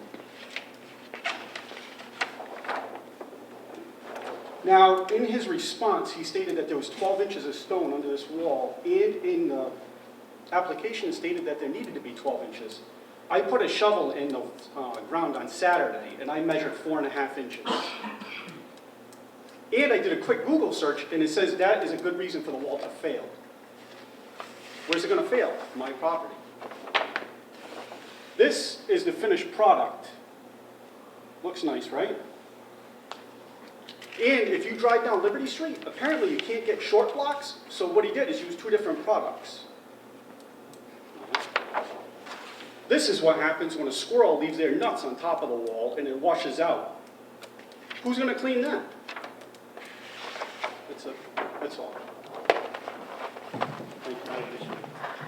Can I have the photos for an exhibit, please? Absolutely. Do you have all the other information that was presented there, Candy? We're happy to give her all the information we have. Just this, I think this is the only thing I need. I don't want the Okay. board, I just want the photos. Okay, give me a minute. Okay.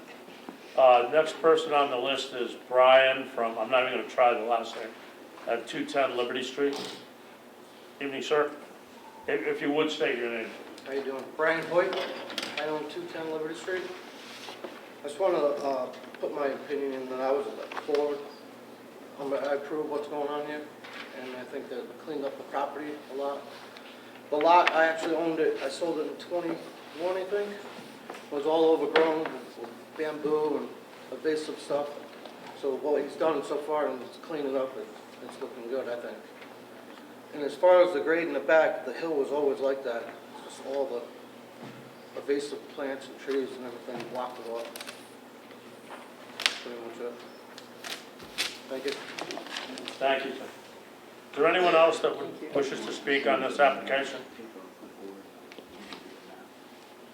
Anyone else that wishes to speak either for or against or make a general comment? Hearing none, would the applicant's attorney like rebuttal? Just a point of order, I had a couple of letters to submit to the board. One is from a licensed arborist suggesting what is required for an appropriate buffer. We'll accept the letters. You can submit them to Candy. Thank you. Okay, thank you. Would the applicant's attorney desire rebuttal at this time, or any of the representatives? Thank you. We are prepared for rebuttal, but we'd rather postpone, if that's okay, to January, give the commission some time to get on with their agenda, but we will come back and respond to these comments. We've submitted the extension to the staff. So I need to make a motion then to Continue. Mr. Chairman, I make a motion to continue the public hearing for Attorney Chimento, PZ 25446 SVP until our next scheduled meeting, which is January 16th? Oh, January 6th, I mean. Okay, yeah, I thought, just for clarification, was It's the a 6th? January 6th. Oh, it is 6th, okay. Motion to continue by Ryan. Is there a second? Second motion. seconded by Commissioner Morrissey. Any discussion? All in favor? Motion passes. Matters continued. We move on to item, Attorney Keppel, you had letters that you were submitting as an exhibit? Public hearing. B and, are they combined? B Well, and you C? spoke about them. Continued from November 18th. I'll take them, I've already written them in. Is Attorney Casey here? We're here. Are you gonna handle both of these matters at the same time as you've done in the past, John?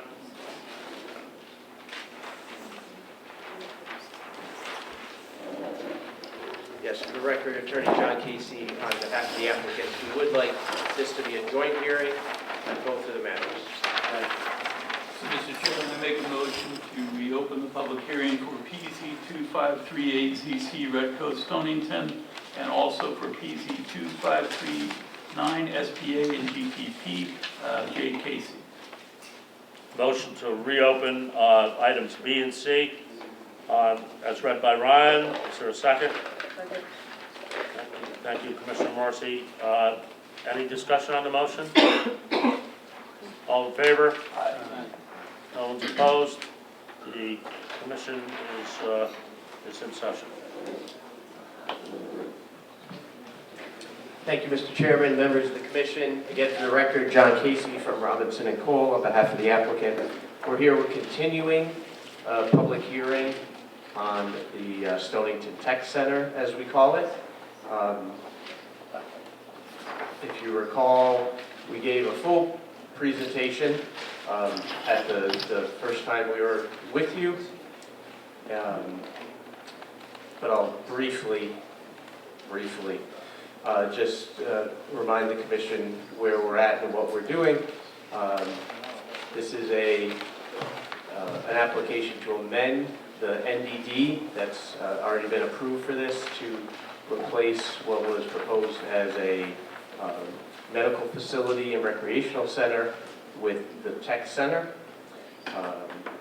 It's on the same property. It takes up the same area in the NDD as those two prior uses, but with this new use. So we have the NDD master plan amendment, and in addition to replacing the medical office and pickleball with the technology center, we're also proposing to create a walking path that will encircle the entire NDD. And then the other application is the site plan for the technology center, so we can move right into obtaining all our final permits to move forward with construction in a timely manner. Our client's really anxious to keep this moving forward.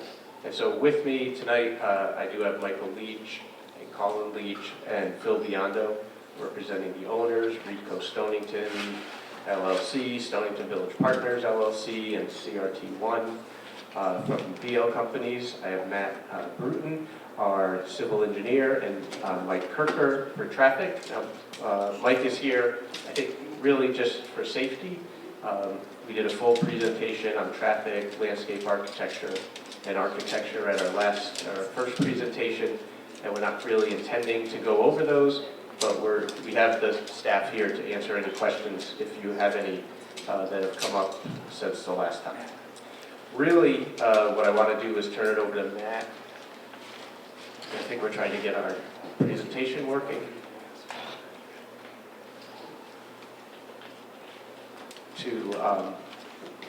Matt will review the changes in the plans from what was originally submitted, and those changes are primarily in response to comments from the town engineer regarding stormwater management on the site. I should say that in addition to the site plan, we also need a groundwater protection permit for the technology center, since we are in that special zone. So I'll just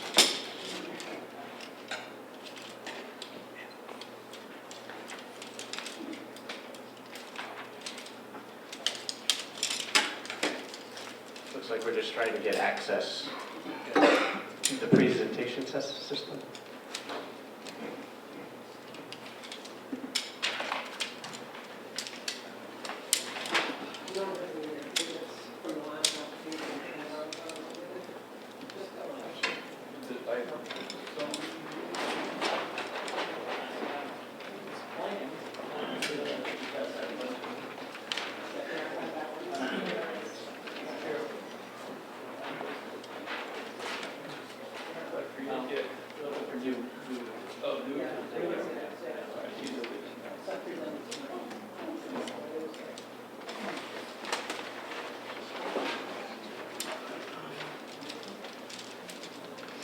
Problem, can't get the computer work?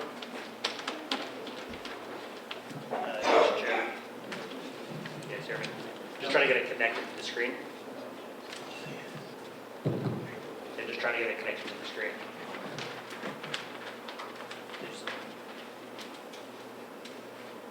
Did you just email that to me? Yeah. I've not got it yet.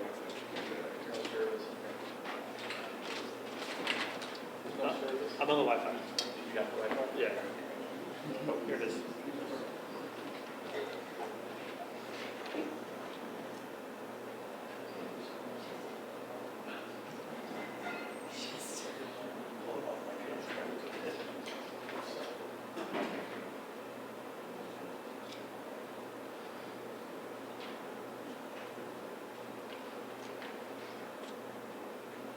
I don't see a link in your email.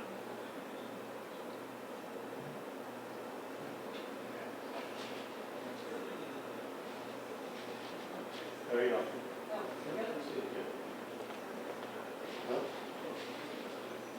Yeah.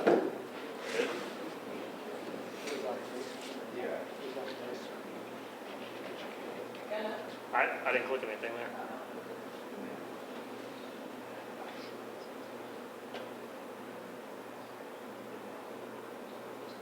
There you go. No, that's still, that's her.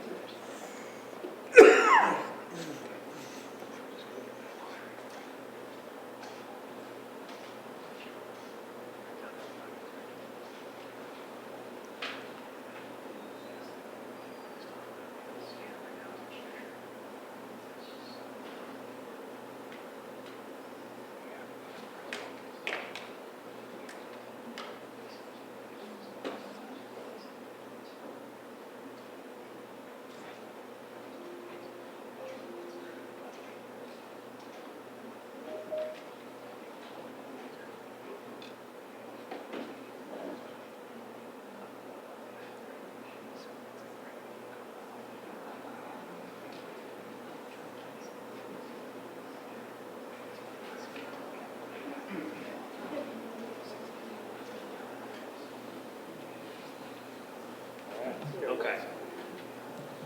That work? Everybody see that? Yes.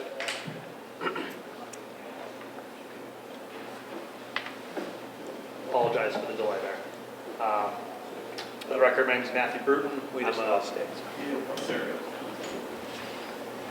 I'm an engineer, professional engineer in the state of Connecticut with EL Companies, address at 355 Research Parkway in Meriden, Connecticut. John went over a couple of these already just graphically, so I'll just move forward with these.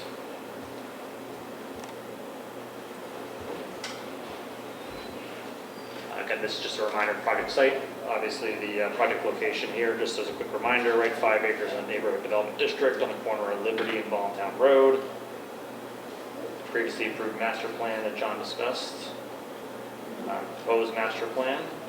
So just a quick reminder about the site plan. Obviously, the residential, the grocery, McDonald's are all to remain on site. And the MOB and recreational use from the prior master plan approval is being replaced by the office building with the parking spaces.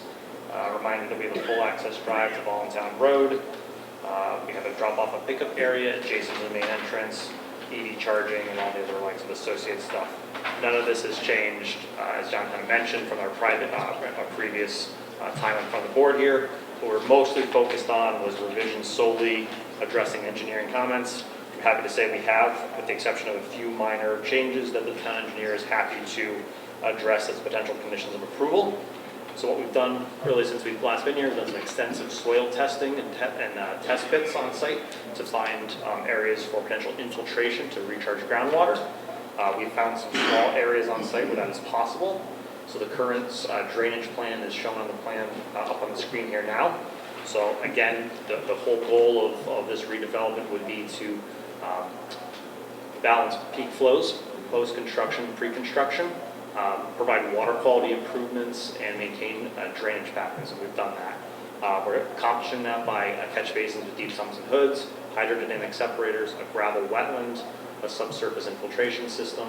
All this does is accomplish those goals, as I mentioned, and there's the final discharge and connection to this system in Voluntown Road.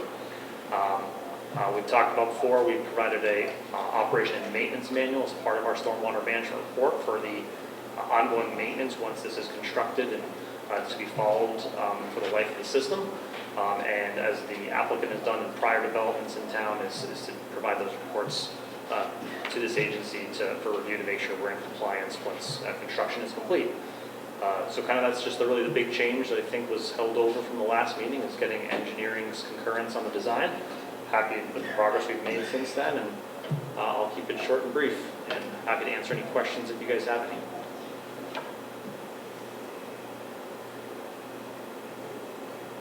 I have a couple. Can you go back to that plan? There are two things that look like walls. One around the whole sort of, I guess, plan east side, and one on the north there, that dark colored heavy line. What is that? I can't find any reference to it on the plan. Can you guys see there? You see my mouse on the left-hand side there? Yeah. So if I move it slowly so you can follow it, in this location here, there's a retaining wall there. Okay. Yep, and you're correct. And then up on the north, that. Yeah, and the northern corner here kind of wraps around the area of the curvature of the proposed parking lot. There's another retaining wall there. Is it over 60 inches? I did fit that. That's a good one. I can double check for you. Thank you for the brevity. I don't know off the top of my head. Give me a second. I will say that that one towards the rear, you're about to accept an application for the next phase of development of residential. That wasn't, so there might be some further coordination with that application. Okay, you don't need to answer that now.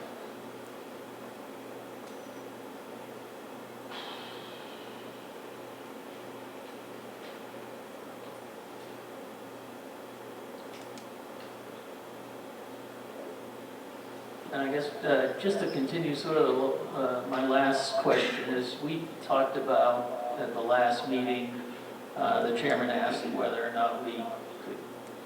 So in your first go around, this was one development. Now it seems to have turned into two separate developments. And there was some shared parking. There were some driveways that connected. Not really. In the yeah. Thank you. I guess for me now, it sort of seems like two different projects, and I wonder if we should have sort of a buffer along that north there, a little more landscaping to protect the view from the residential sites to what now is a pretty tall building, 40 feet. But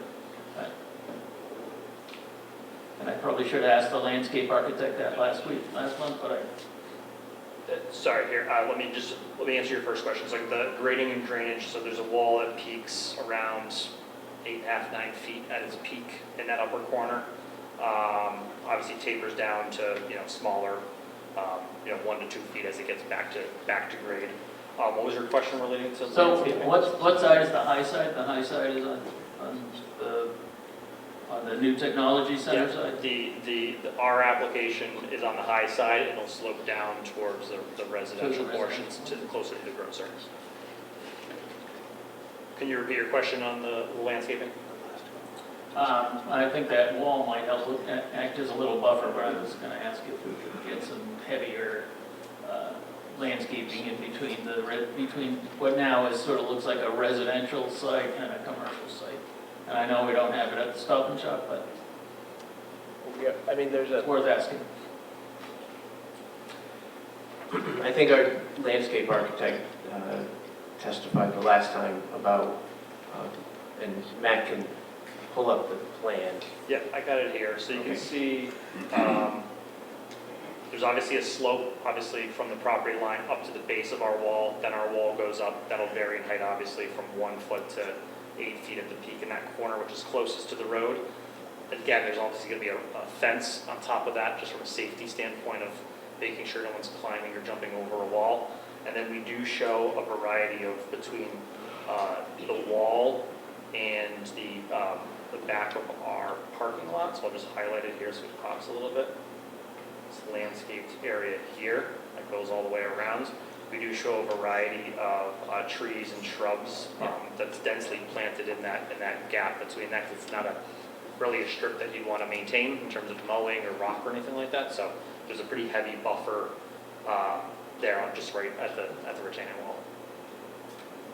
And we do have, I've said before, this project wants to move forward quickly, so you are accepting a new application for phase 2 of the residential buildings, and that will show the interconnection at this area. That's on the screen now because there's going to be there's going to be a residential building in that area. I don't know if you can go back to the master plan. Okay, yeah, we Yeah. have those plans. Yeah. And we'll talk Yeah, about sorry. them, I think. Right. Just to preview a little bit, there'll be opportunities there for landscaping as well. All right, just one more question from me because I'm nosy. What's the material for the walking path? Is that going to be gravel or? I don't think we'd fully decided on what was, the most appropriate there, whether it was like a bark mulch or something of that nature that would just allow recreation without, obviously increasing impervious area within that kind of wetland upland area. No, I don't think that should necessarily be asphalt. Not up by the pond. No. That's all for me, thanks. Any other questions? I have a comment. Commissioner It's Morrissey? Morrison. Fine, whatever. We talked about this a little bit last time. It's a lot of parking for the building. And is there a way you would consider doing a phased parking approach? So Do most- your regulations require But 320. it also allows for a phased parking. Yeah, so we do show obviously one more than what's required there. There's been some talks about, potentially tenants and what they would need, day 1 versus year 1 versus year 10. So open to considering that, but at this point, we don't really have a firm commitment on who's going to be occupying the building, but we may be coming back and potentially requesting some deferment of things at that time when a tenant's more well-known. Okay, so you can, what I'm saying is you don't have to build it all Correct. immediately. Yeah, and if we don't have to, don't You need see to. You need it. Yeah, that's something we'd seriously consider coming back, because obviously it's less impervious and less money for paving. So I think the answer to the question is we would consider phased parking, but at this point, we'd like to get the site plan approved as presented. I know that there's no assurance we'd come back, but as Matt said, with the sort of ongoing nature of discussions with tenants, potential tenants, the inclination is to do less parking if we can. Thank you. Any further questions? No? Peter? I'm all set, thank you. Anyone else? No. Okay. Does that conclude your presentation? Yes, Mr. Chairman, I see there's a few people on the list, so I would Yes, just... there are. Yeah. We'll move to public input. Yeah, and then we'll just wrap up, hopefully when we're Okay, done. fine. Let me grab the list. I can get it.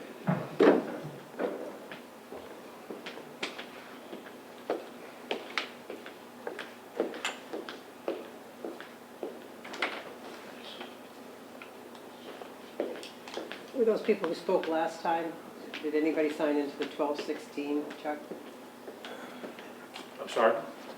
I wrote 1216 next to a Yep. blank line. Was there anybody? Okay, so everybody above 1216 has Was already last spoken? month's, yes. Okay, then I don't think we have anybody else on the list. I don't see anybody else, yeah. Well, let me just ask the audience, does anyone wish to make a comment, either for or against, or a general comment on this? Seeing none, you may close. Thank you, Mr. Chairman. I'll be brief. I just want to remind the commission that we have asked for a waiver from the impact statement on the NDD amendment. But this is our third go-around with this NDD, so I don't want to gild the lily. We believe this is a great development opportunity for the town. It's already under construction. As I sort of previewed, the phase 2 of residential is on your way. We look forward to being in front of you again next month for that application. We're very excited to get this piece, this amendment done. We think it complies with the regulations in terms of what the NDD requires and what the purpose is. We think it'll be a great addition to the town. We are very excited with the Architectural Design Review Board's unanimous approval of the design. I think it'll be a great looking building, and as you come into that section of town, and really just the start, hopefully, of the development from the highway into this area. And that when it comes to the considerations in the regs, and again, I don't want to beat a dead horse, but compliance with the plan of conservation and development, compatibility with surrounding neighborhoods, harmony,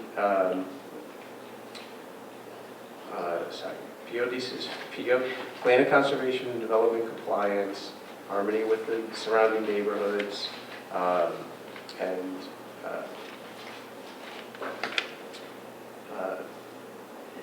furtherance of the purposes of the NDD zone.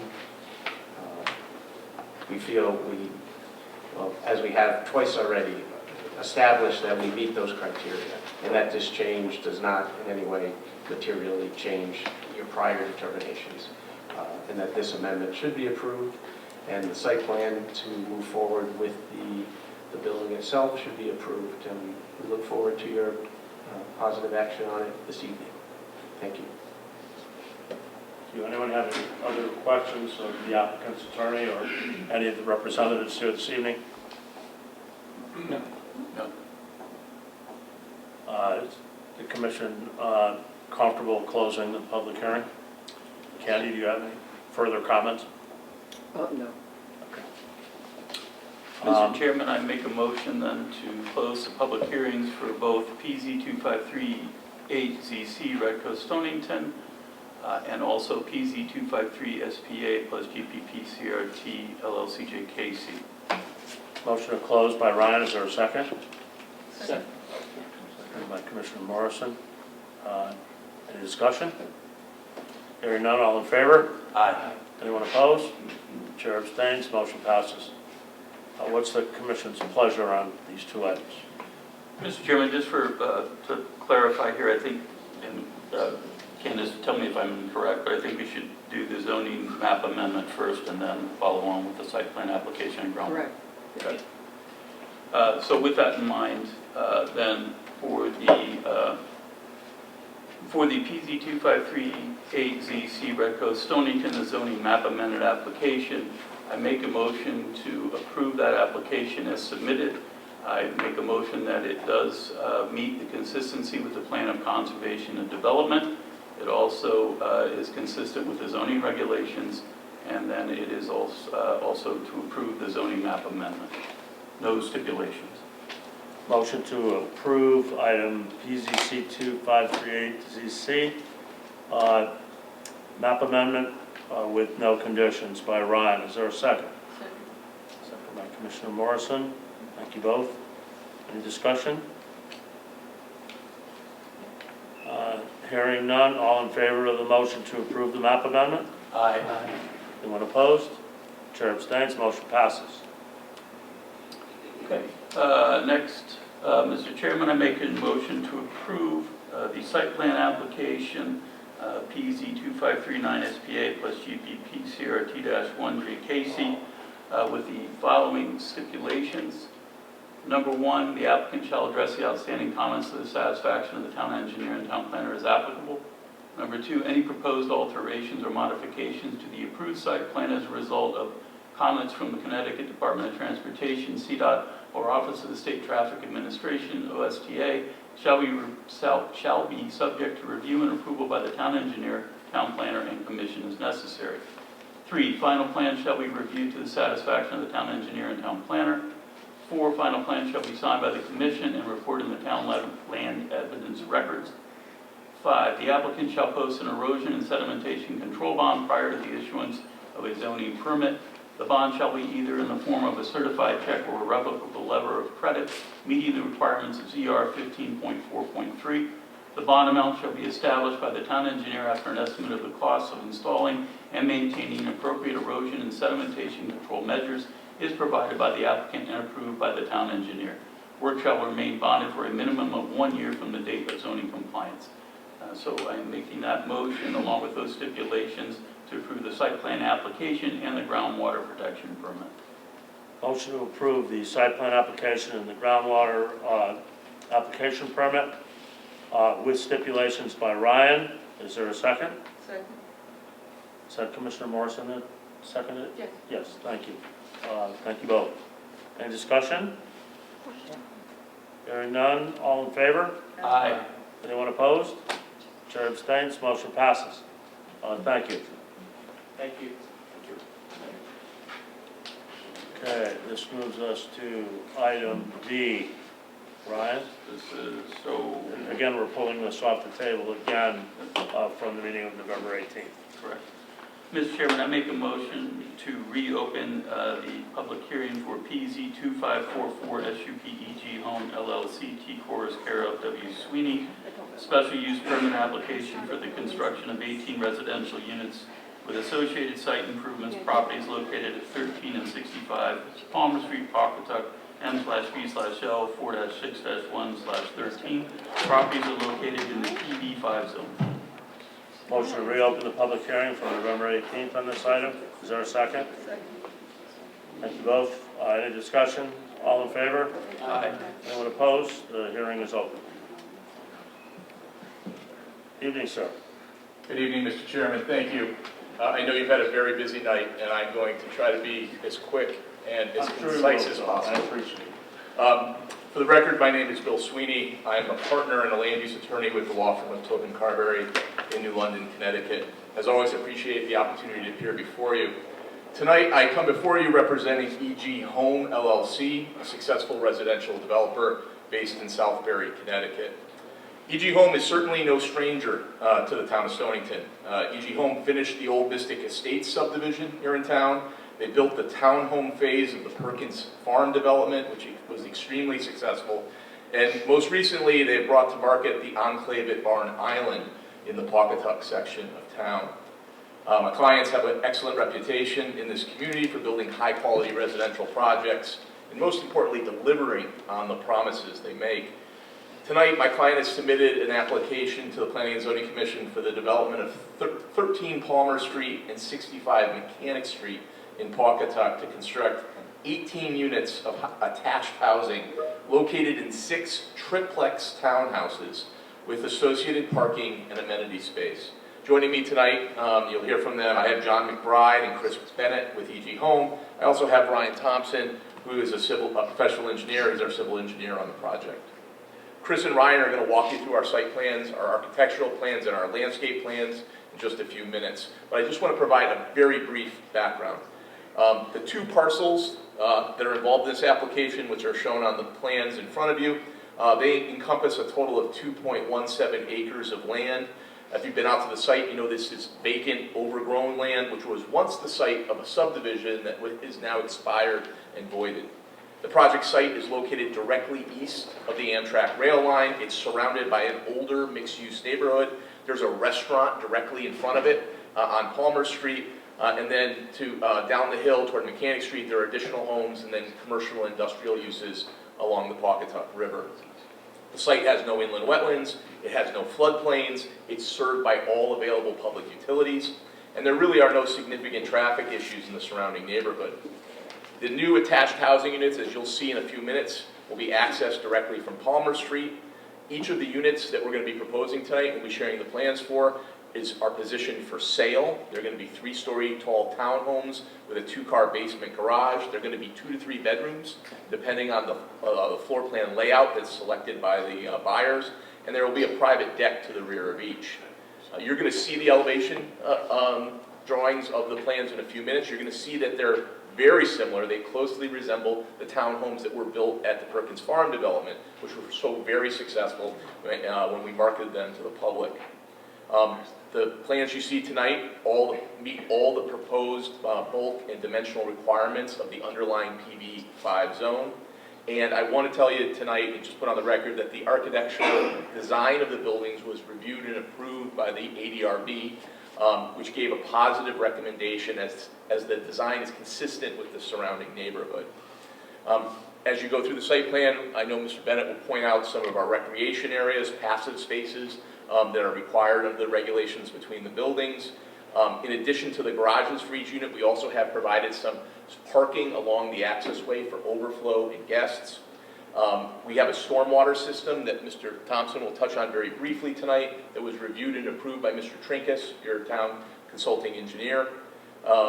We also, as I said, the project is served by public water and sewer. We have approval from both utility oversight commissions, and the property itself will be accessible to emergency vehicles. We have a sign-off from the fire marshal for the project design. This is a modest project. It's only 18 units. Our traffic memo that was submitted anticipates only 10 or 11 additional trips during the AM peak or PM peak hours.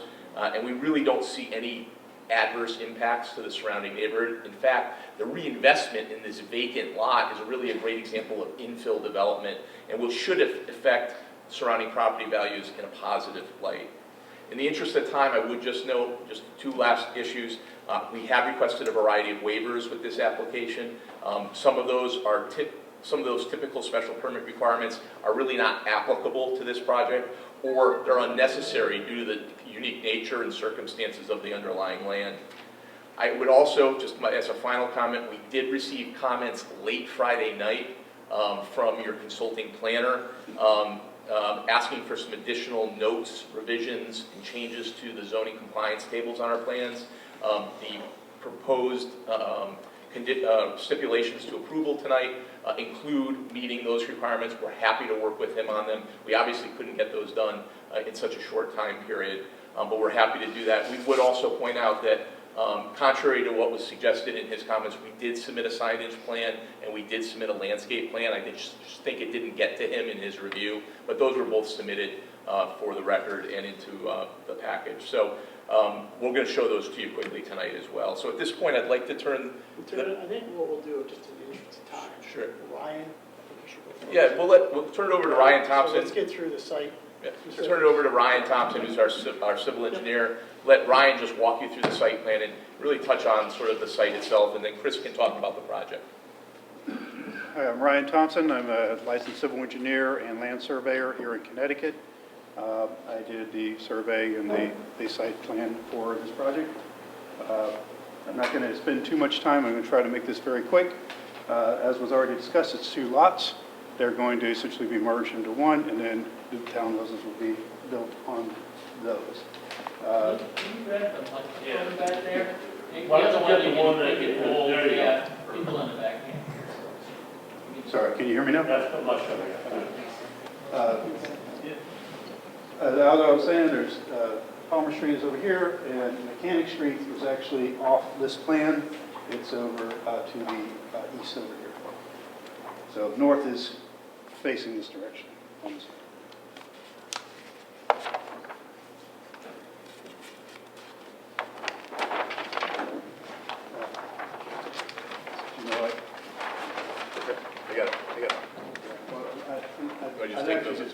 this off.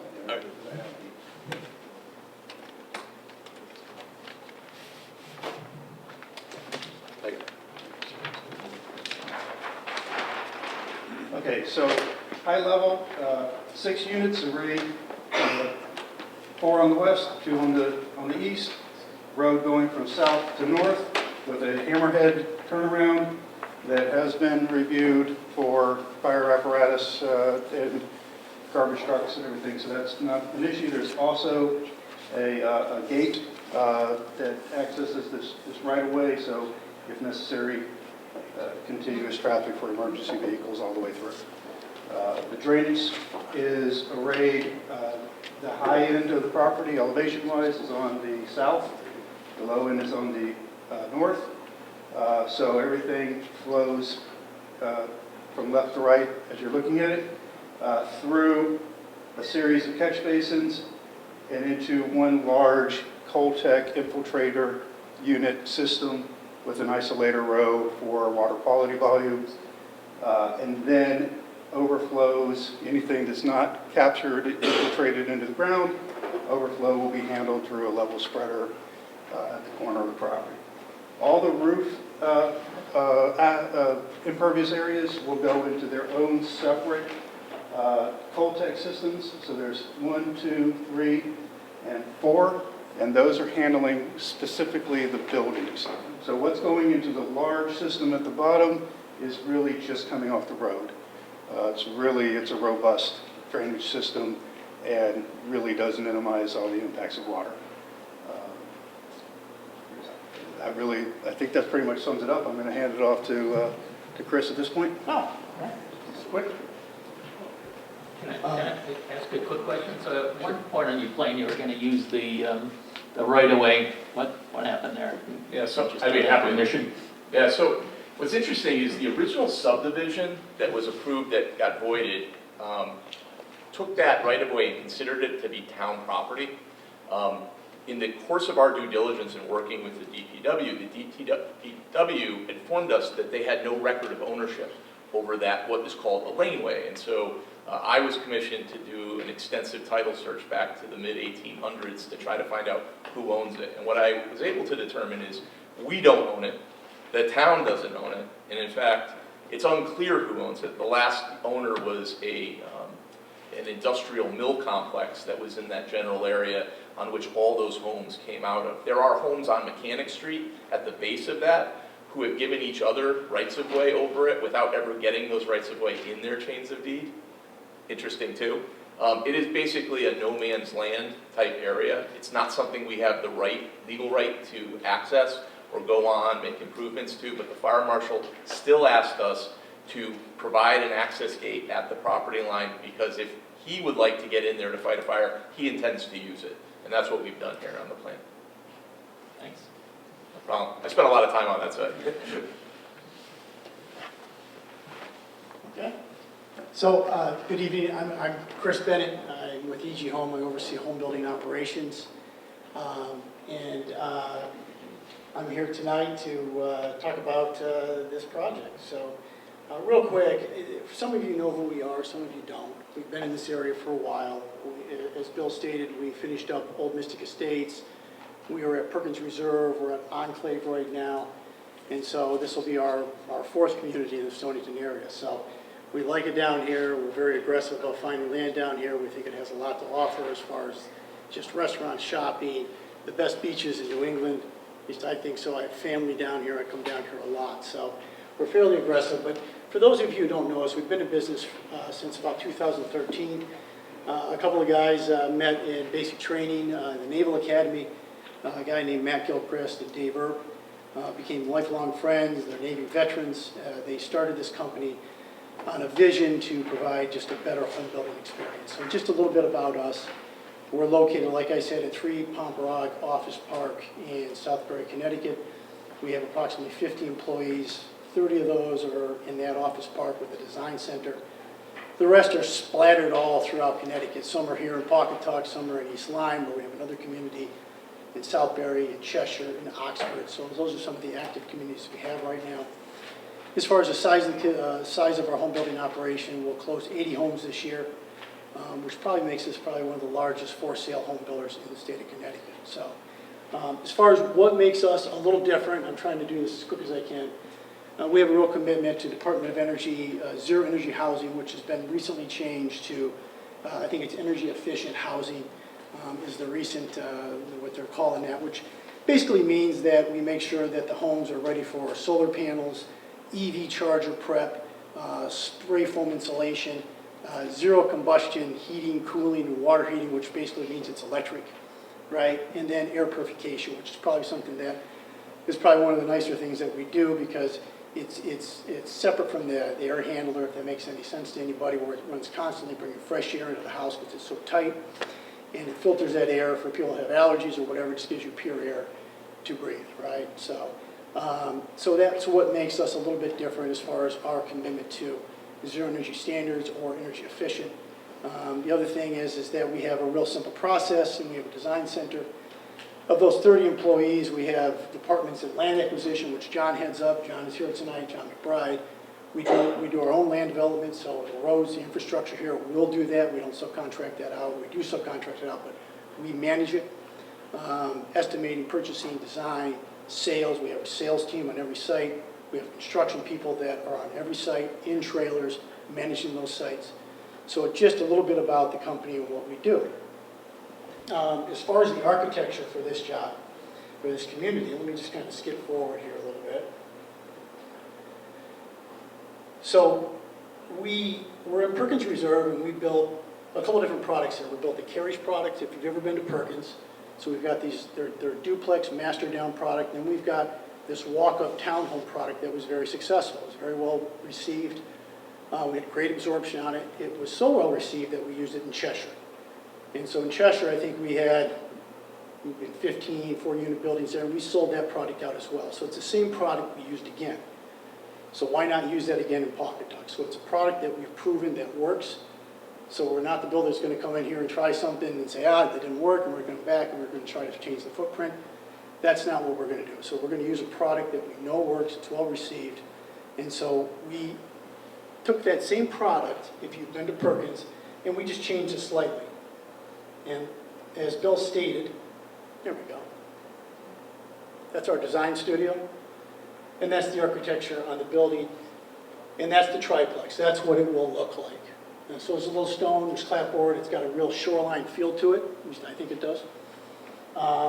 As far as the actual, there's some interior shots of that product, that same product. A couple different elevations. And then as far as the actual layout, it's an 1800, 1850 as far as the square footage. Bill already said this, but it's 2 and 3 bedrooms. You can opt into a 3-bedroom on the top floor. And it's proven award-winning, which means it's tested. It means that the buyer, this is something they desire, this is something that's received well. So again, 2-car garage on that main, that main floor. You walk up to family room, dining room, kitchen, just an open living area. And then you go to the top floor, which again can go to 2-bedroom, 3-bedroom, 2 full bath. And then these are some of the elevations. The elevations on the right-hand side there, those are 2 side elevations that as you come into the community, which I don't have a site map of. So as you come into the community right here, these would be the elevations you see. So we added some enhancements there based on recommendations from the Architectural Review Board.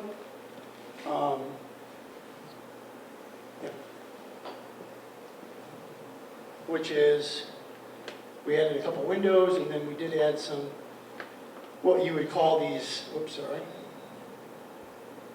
these small eyebrows that overhang some of those windows. So, and we call that, it's more of a high profile edge or a view corridor, so we want to make sure we enhance those edges you come in. And then we'll go through the landscape plan as well. We'll show some of the things that came up from the Architectural Review Board, is that right? The landscape plan? Do we have that? We have landscape. Okay.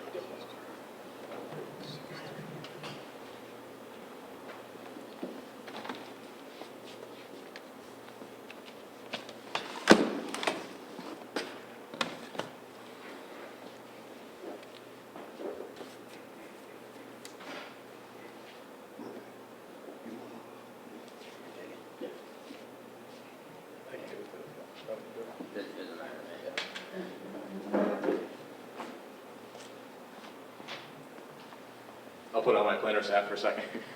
So the ADRB asked us, we had done an initial landscape plan that we submitted with the application. Staff at the time, when Clifton was still here, asked us to put together a more detailed landscape plan. So this is what we showed to ADRB, which got positive reaction. We've got a variety of street trees down the private drive that serves it.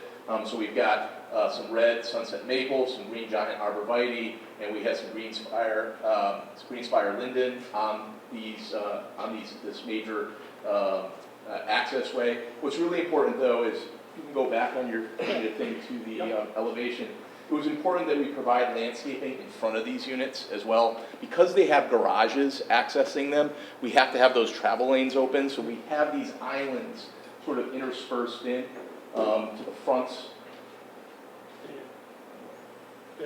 So it's really important that we have that landscaping in front. We want to maximize that area as much as possible. So we have some pretty detailed landscaping plans in front of the units, and in these, what we call these passive sitting areas, or these passive areas between the buildings as well, just to give them some area, some softness to that in front of the buildings to break up the massing. So we've got some plantings, some shrubs, we've got autumn azalea, shamrock holly, we've got some spirea.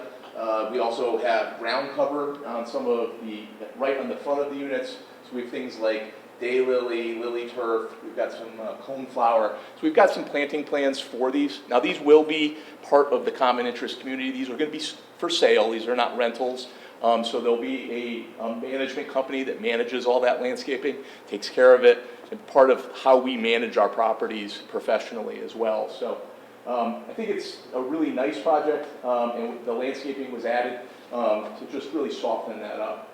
We also, I should just say, I know that your planner, the consulting planner, asked some questions about lighting as well. So we do have a photometric plan, and we're happy to submit that with the final plans, just showing we have some light fixtures called out on the plan along that private driveway. These are dark sky compliant. They are 12-foot poles. They've got a light fixture on top, and we're basically using the same light fixture and the same poles as we did at Perkins Farm. So just like we use the same basic housing model, we have the same lighting as well along that access way for safety and security. But they're low poles.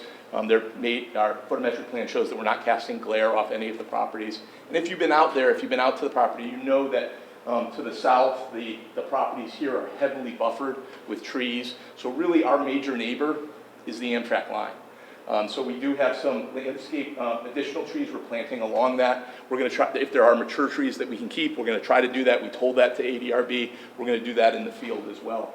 But again, the plan here is to try to do something, a modest development, something that fits into the neighborhood. If you've been out there, you know there's a lot of multifamily in that neighborhood. This is going to be new multifamily. And it's going to be of a level, I think, that will elevate the surrounding neighborhood as well. Just a couple other thoughts, and then I'll close up and open it up for any questions you have. As I said before, I think this is a great opportunity for infill. Your plan of conservation development talks about infill development. When I say infill, I mean in existing, long-established neighborhoods, there are always those lots that never got developed, that are just sort of those empty lots that are overgrown. They're filled with invasives. This is one of those infill lots. It's an opportunity to go into an existing neighborhood and put something new into that neighborhood, get an underutilized property, put it on the tax rolls, get some productive use out of it, and get some really nice quality housing in Pawcatuck to supplement that neighborhood. I think it also, the project complies with the goals and objectives of the Plan of Conservation and Development. It's a medium-density residential project. Again, it's served by public water and sewer, so we don't have issues with wells and septic systems. And I think if you've been out there and you look at the surrounding neighborhood, this is a perfect place for some additional new multifamily. It's a mixed-use neighborhood. There's commercial, there's industrial, there's existing multifamily, there is some single family. It's a real traditional neighborhood environment. I think this will fit in very well. As I said, we meet or exceed all the bulk and dimensional requirements for the PV5. The PV5 is pretty liberal. There's really zero setbacks in the zone. But we do meet all those requirements. I think we're trying to provide a really quality project here. I hope you see that, and I hope you agree with us on that point. Certainly, we believe that the application is ready for approval. We have sign-off from your town engineer. We have sign off from the fire marshal. We have some comments from your consulting planner, which are very minor, which we're happy to agree to as a condition of approval. And so I would ask if the commission is so inclined, at the end of tonight, if you close the public hearing, to take positive action on the application. Mr. Chairman, thank you for your time and your indulgence. Thank you. Any questions of the applicant's attorney and the technical thing? I'll start with one. So in Clifton's report, he had asked you guys to consider a sidewalk that goes out to Palmer Street. Sure. Any movement on that? Yeah, I can talk to that issue directly. You know, we've talked about it at ADRB a little bit too. So there is, just to be clear, there are sidewalks on Palmer Street already. The planner's report seems to suggest there aren't. There are. The suggestion was to put an internal sidewalk. We don't want to put an internal sidewalk in front of the units because that would blow out a lot of those planting areas. It's 18 units. It's a small project.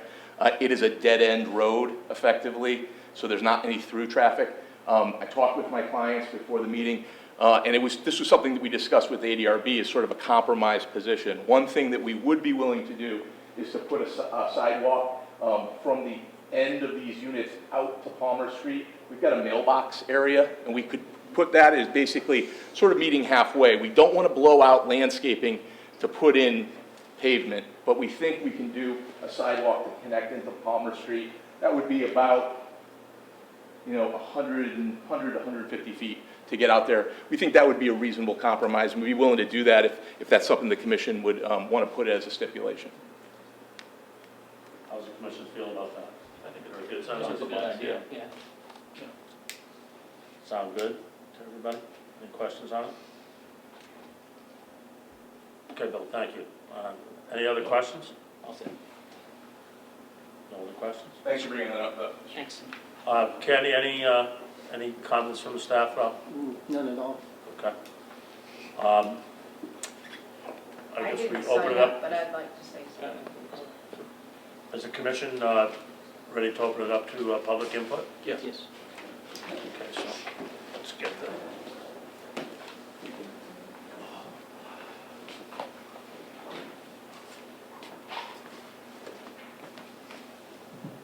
For the record, my name is Carlene Donarumo, 22 Oakwood Avenue in Pawcatuck.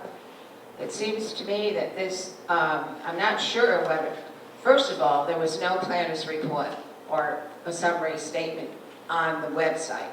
So I'm completely unprepared, really, to talk about this, except that it seems to me this should come under attached housing. And as far as I remember, attached housing had 4 different elements, and I'm not sure that this plan meets all the different elements of attached housing. And also, we also have a rule about how long the road is, the internal road. How long is that? Is that more than 600 feet? I think we have a rule that they should not be more than 600 feet. So I think those things need to be looked into before you make any kind of an approval for this project. There's been a big problem with multifamily housing and attached housing because there's very specific rules that govern that in our regulations under attached housing. So I think you should look at that. Thank you, Carlene. Anyone else in the audience wish to make a statement on this project, for or against? General comment? Does the applicant wish any rebuttal time? Can I respond? Yes. Oh, thank you. Just a couple things. I always appreciate Carlene's input. This is attached housing. Attached housing is allowed by special permit for 8 units or more in the PV5. We've applied for a special permit for it. The road is just about 540 feet off of Palmer Street, so it's under the 600 feet. But I would also point out that we have provided the emergency gate at the end of it at the request of the fire marshal to provide a secondary means of access for emergency purposes into the site. But also point out attached housing there are additional conditions conditional requirements to attached housing that are listed in section 5.3.2. There's actually a column for PV5. It lays out the minimum lot area, the minimum units per acre, integral lot area per unit. It's got a whole bunch of different standards you go down, many of which, quite frankly, are not applicable. Things like buffers, design open space, neighborhood area, they don't apply in the PV5. But we've already checked that, and that's part of our application. We meet those requirements as well. There is a requirement that all of our site improvements, driveways, sanitary, and storm sewers, all have to meet physical improvements and engineering standards. We have that sign off from Mr. Trinkus. There also needs to be a set-aside passive recreation spaces, which we've provided on the plan. Those are those sitting areas between the buildings. Those have been sized appropriately. So we were very aware of the requirements for attached housing under 532, and I would submit to the commission we meet or exceed those requirements. Thank you, Mr. Chairman. Any further questions? Does the, Carleen, do you wish any rebuttal time at all?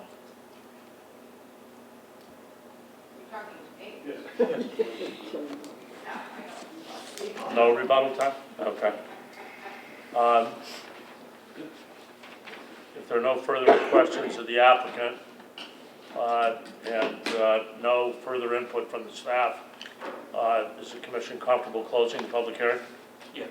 I think we need a motion to do that. Mr. Chairman, I make a motion to close the public hearing for PZ 2544 SUPEG Home LLC. Motion to close by Ryan. Is there a second? Second motion. By Gary. Any discussion? All in favor? Aye. Anyone opposed? Chair abstains. Motion passes. The hearing is closed. Does the commission want to vote on this tonight, or you want to think? I feel Okay. comfortable voting. What's the commission's pleasure on this matter? Just a quick question to Candace. I know we have 4 recommended stipulations. Would that cover the other comments that I guess that were made from the town? You probably just have to add a stipulation to be in compliance with the interim planner's comments. Interim planner comments. Okay, so then there would be a total of 6. Okay. You clear on all this? Yeah. Okay. So, Mr. Chairman, and I can make a motion to make a motion on the special use permit and waivers in one motion. Is that acceptable? So, Mr. Chairman, I make a motion to approve the special use permit application and also the waivers requested for PZ 254 SUPEG Home LLC with the following 6 stipulations. Number 1, final plan shall be reviewed to the satisfaction of the town engineer, fire marshal, and town planner. Number 2, final plan shall be reported in the town's land evidence records. Number 3, prior to the issuance of a zoning permit, the final plan shall be signed by the commission and recorded. Number 4, the applicant shall post an erosion and sedimentation control bond prior to the issuance of a zoning permit. The bond shall be either in the form of a certified check or a revocable letter of credit meeting the requirements of ZR 8.6.3. The bond amount shall be established by the town engineer after an estimate of the cost of installing and maintaining appropriate erosion and sedimentation control measures is provided by the applicant and approved by the town engineer. Work shall remain bonded for a minimum of 1 year from the date of zoning compliance. Number 5, that a sidewalk shall be constructed to connect Palmer Street and from the front of the project. That's acceptable language. And number 6, that all the comments of the interim town planner shall be responded to by the applicant. Conclude? Motion to approve the special permit application and the waivers with 6 stipulations by Ryan. Is there a second? Second. Thank you, Ms. Morrison. Any discussion on the motion? Only that I have the zoning codes up, so I looked through the attached housing comments or requirements, and they're pretty easy, and it looks like we meet them all. Thank you. So I think we're good there. Any further comments? Hearing none, all in favor? Aye. Anyone opposed? Chair abstains, the motion passes. Thank you, Bill. Thank you, Mr. Chairman. Thank you, members. Thank you. Good luck. Next item on the agenda, I think we have to read our statement. Yes, correct. So,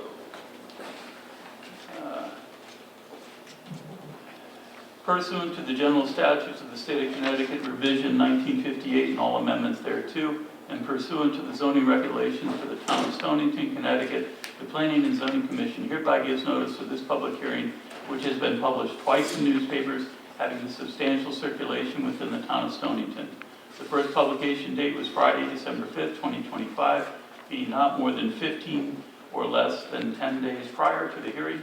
The second publication date was Friday, December 12th, 2025, being not less than 2 days before the hearing. The newspapers in which these notices were published were the Sun and the New London Day. First is for PZ254SUP, Kayla Group LLC, D. Ferguson, special use permit application for the expansion of outdoor boat storage use approved under PZ1726SUP.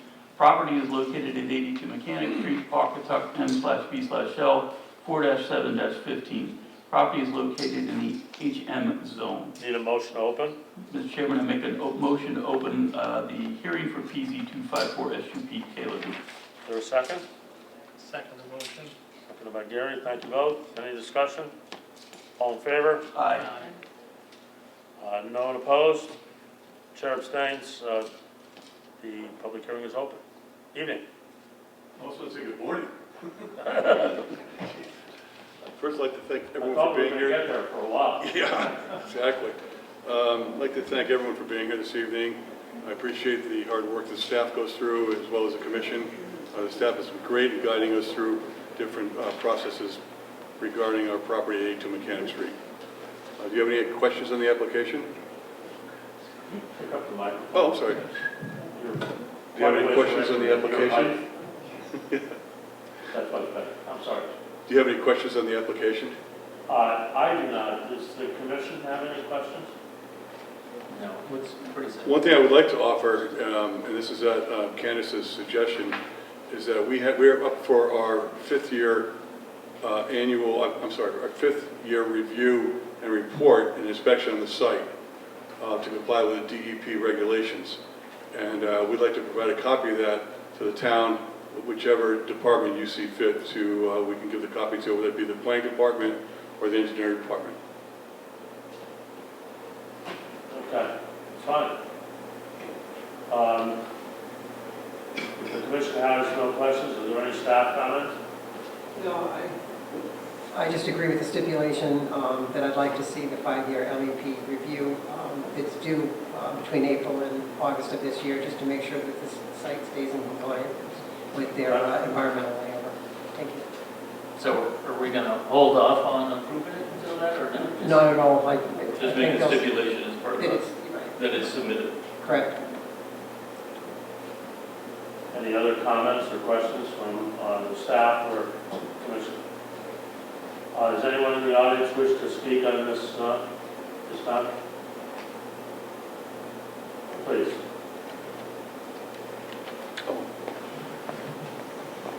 Thank you. My name is Janet Grunwald. I own 56 Mechanic Street. I came here to understand what the expansion of boat storage means. I am also interested, and I apologize for my ignorance or naivete. I was not able to get down to the town hall, so I don't know if these are clearly documented in the application. But I would like to understand what happens with any of the potential chemical seepage into the ground, fire hazards, fire management, fire mitigation, accessibility to the property, if there's going to be parking, if there's a lot of traffic going in and out of the facility, what type of lighting and security would be provided. Of course, I'm concerned about noise pollution. If there's going to be work being performed on the boats, I'm concerned about that, in addition to pest management. Do you have those developed on the site plan? No, but I think that because there is an environmental restriction on the site and they have to be inspected annually by themselves and then every 5th year by a licensed environmental professional, you'll know if there's an environmental issue or not. Okay, fine. I also, just out of curiosity, I'm reading, I do see the fire district marshal made some comments. In reading them, I'm assuming that otherwise he is good with this. Is that a correct inference? Good. Okay. And I You guess, understand it's going to be inspected on a regular basis by a licensed environmental professional. If issues develop in those specialty subject areas that you just felt that have to be addressed. Okay. And what is the expansion? Is that 100 votes? Is it 10 votes? What's the scope of the expansion? Candy? That's a question better answered by the applicant. okay. Yeah, do you have a plan with you that you could share? Oh, okay, sure. I don't know if you could. To answer your question, Janet, Can the you expansion. speak maybe to the microphone? I'm sorry. To answer your question, the expansion is going to be at the south end of the property. As you know, where we border your property where the concrete wall is, it's not going to be any different than that. And the lighting will change. I know you're concerned about lighting going into your tenants. That will not change. We've addressed that before. In terms of working on the boats, that's probably not going to be an issue there. It's just going to be for seasonal storage, mostly. And we've already addressed the fire marshal issue. I work closely with Byron on that, on all our properties. What was the other concern you might have had? Pest management. Pest management. That has been a problem. Please, can I have a discussion? So sorry, yes. I was, Okay, all right. he started You're it. answering her question, but you're I'm sorry. addressing them through the petition. Okay. That's okay. That's okay. You can't get into a one-on-one. So. Okay, I didn't know. Okay. So I think pest management is the next question. I'm not sure what she means by pest management. I'm assuming rodents or critters? Yes, cockroaches and rodents. Well, I don't think that the boats that we bring in on trailers will bring any cockroaches or any more pests that are already there. We don't have it. Actually, we don't have, with Conroy as one of our tenants, the paper goods company. We don't have any rodent problem whatsoever. Okay. We've seen a few fox here and there. Sorry. Which take care of the rodents? Pretty much, yeah. Yeah, okay. And just one question, then a follow-up. How many actual boats in addition would be? That's to be determined, you know. Ballpark. I don't have one yet because we haven't advertised it. Right now, Connors and O'Brien, who's on the street from us in Norwest Marine, they're the same company, who actually bought our marina at 50 Mechanic right behind her. They are growing their number of boats, so they lease a certain portion of the north and east side of our property for their boat storage. So we don't know until we advertise. Maybe, it depends on the size of the boats. It's hard to answer. I don't mean to be cagey. Lanes, do you leave lanes between? Oh, definitely, yeah. I work with Byron. Firefighting access and. I work with Byron on How that. do you do it without a layout? Byron comes down and inspects. And he looks at where we store the boats. He says, I want this much distance between the boats and at a certain depth. And we work with him very closely. Iterative process with the fire marshal. Oh, continuous. Okay. Yeah. Can I ask one more? Would you be willing to stipulate that you won't have the boat owners do maintenance? So this came up. This came up at the another one down the street. Yeah. And so boat bottoms have lead paint, copper, lots of heavy metal chemicals in them, and so we don't want people sanding the boats. You're not going to be able to do that there. This is storage only. Storage only. Right. Storage only. So we can make that as a stipulation? Absolutely. Okay. No power washing, things like that. No painting. Pardon me? No painting. No.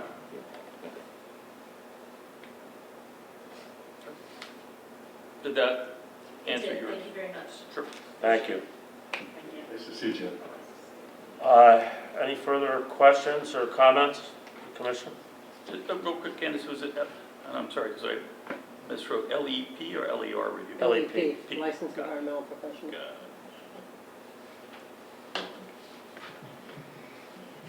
If If there's no further comments from the audience, is the commission comfortable closing the public hearing? Yes. Need a motion to do so? Mr. Chairman, I make a motion to close the public hearing for PZ 254 SUP Kayla Group LLC. Motion to close the Kayla Group public hearing. Is there a second? Second motion. So, thank you, Gary. Any discussion? All in favor? Aye. Anyone opposed? The chair abstains. Motion passes. It's closed. What's your pleasure on the application of Kayla Group? Mr. Chairman, I make a motion to approve the special use permit application and the waivers requested for PZ 254 SUP Kayla Group with the following two stipulations, Number one, a 5-year LEP review will be submitted. And number two, no boat maintenance will take place in the storage area. Motion to approve with two stipulations by Ryan. Is there a second? Second motion. Seconded by Gary. Thank you both. Any discussion? All in favor? Aye. Anyone opposed? Chair abstains. Motion passes. Thank you, sir. Thank you very much. Okay, we need to read our soliloquy. To read it for everyone. This is a new one, I think, so. Yeah, this is new. This was in the meeting? Pursuant to the general statutes of the state of Connecticut, revision 1958 and all amendments thereto, and pursuant to the zoning regulations for the town of Stonington, Connecticut, the Planning and Zoning Commission hereby gives notice of this public hearing, which has been published twice in newspapers, having a substantial circulation within the town of Stonington. The first publication date was Friday, December 5th, 2025, being not more than 15 or less than 10 days prior to the hearing. The second publication date was Friday, December 12th, 2025, being not less than 2 days before the hearing. The newspapers in which these notices were published were the Sun and the New London Day. This is for PZ 2550SD plus GPP, Nasi Graham as Terendia, subdivision and groundwater protection permit application for the subdivision of a 1.2 acre lot to create 3 building lots. Property is located at 54 Robinson Street, Pawcatuck, M/B/L 3-7/4. Property is located in the RH10 zone. Need a motion to open the public hearing? Mr. Chairman, I make a motion to open the public hearing for PZ 2550SD and plus GPP, Nasi Graham as Terendia. Motion to open the public hearing by Ryan. Is there a second? Second motion. Seconded by Gary. Thank you both. Any discussion? All in favor? Aye. Anyone opposed? Chair abstains. You have the floor, sir. Excuse me, good evening. I will do my best to be quick here, given the hour. For the record, Sergio Terenzia with Terenzia and Associates. Oh, excuse me. Offices at Pawcatuck, 99 Mechanic Street, Pawcatuck, Connecticut. The plan in front of you this evening is for a, technically it's a 2-lot subdivision. I believe in your planner's report, it was advertised as a 3-lot. Just a point of clarification for the record is that the lot was originally subject to a free split, which subdivided off a portion of the lot, created 2 lots, and then the second sublot was then subsequently is proposed to be subdivided under this application. So I can get into that a little bit more detail. Excuse me, just getting over a cold. I'm going to try to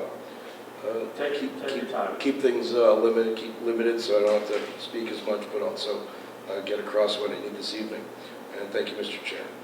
I'm going to share my screen here. Just a moment.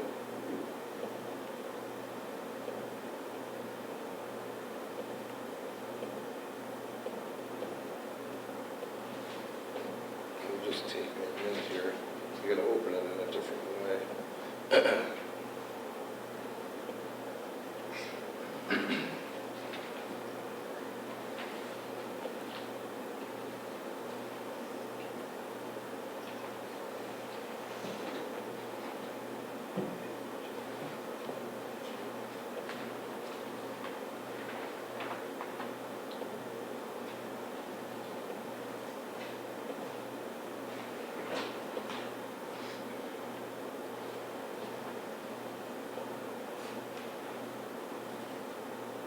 kind of going to be okay if we start folding up here at 10:15 and thereabouts?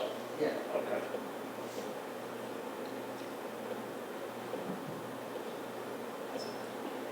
Okay. Should be coming up just here in a moment. Sorry for the delay. There you go. So the subject property is located at 54 Robinson Street. The property does, just to believe the report indicated it was a single-family home. It's actually a multi-family. It's a two-family home currently there with some outbuildings and some structures, accessory structures. The free split essentially carved off the northeast corner of the lot adjacent to Robinson Street and Pauline Street. And now that two-family is on a separate lot of record that meets all the zoning requirements. The remaining garage and shed, a portion of those buildings will either be completely taken down or they will, the portion of the building that is needs to be taken down to meet the zoning requirements, and there'll be an accessory garage to the two-family home. And I can pull that up real quick, the free split plan.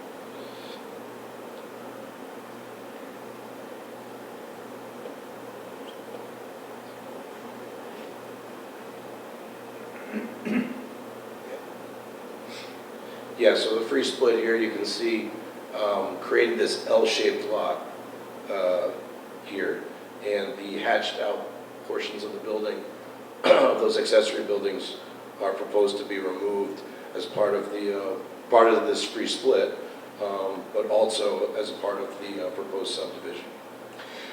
As you can see, the lot generally drains from a northwesterly to the southeasterly corner. That's important because there's a constant slope, and all that storm water ends up in this southeasterly corner. And you'll see in the proposed plan, that's where we're proposing to store and capture and infiltrate the storm water that is going to be generated from this development. So with that, I'm going to bring up the subdivision plan. I will note that the lot is completely surrounded by either town right-of-way or paper streets. So to the north is Pauline Street, to the east is Robinson Street, to the south is Harold Street, and then to the west is Walter Street. Walter Street and Harold Street are paper streets.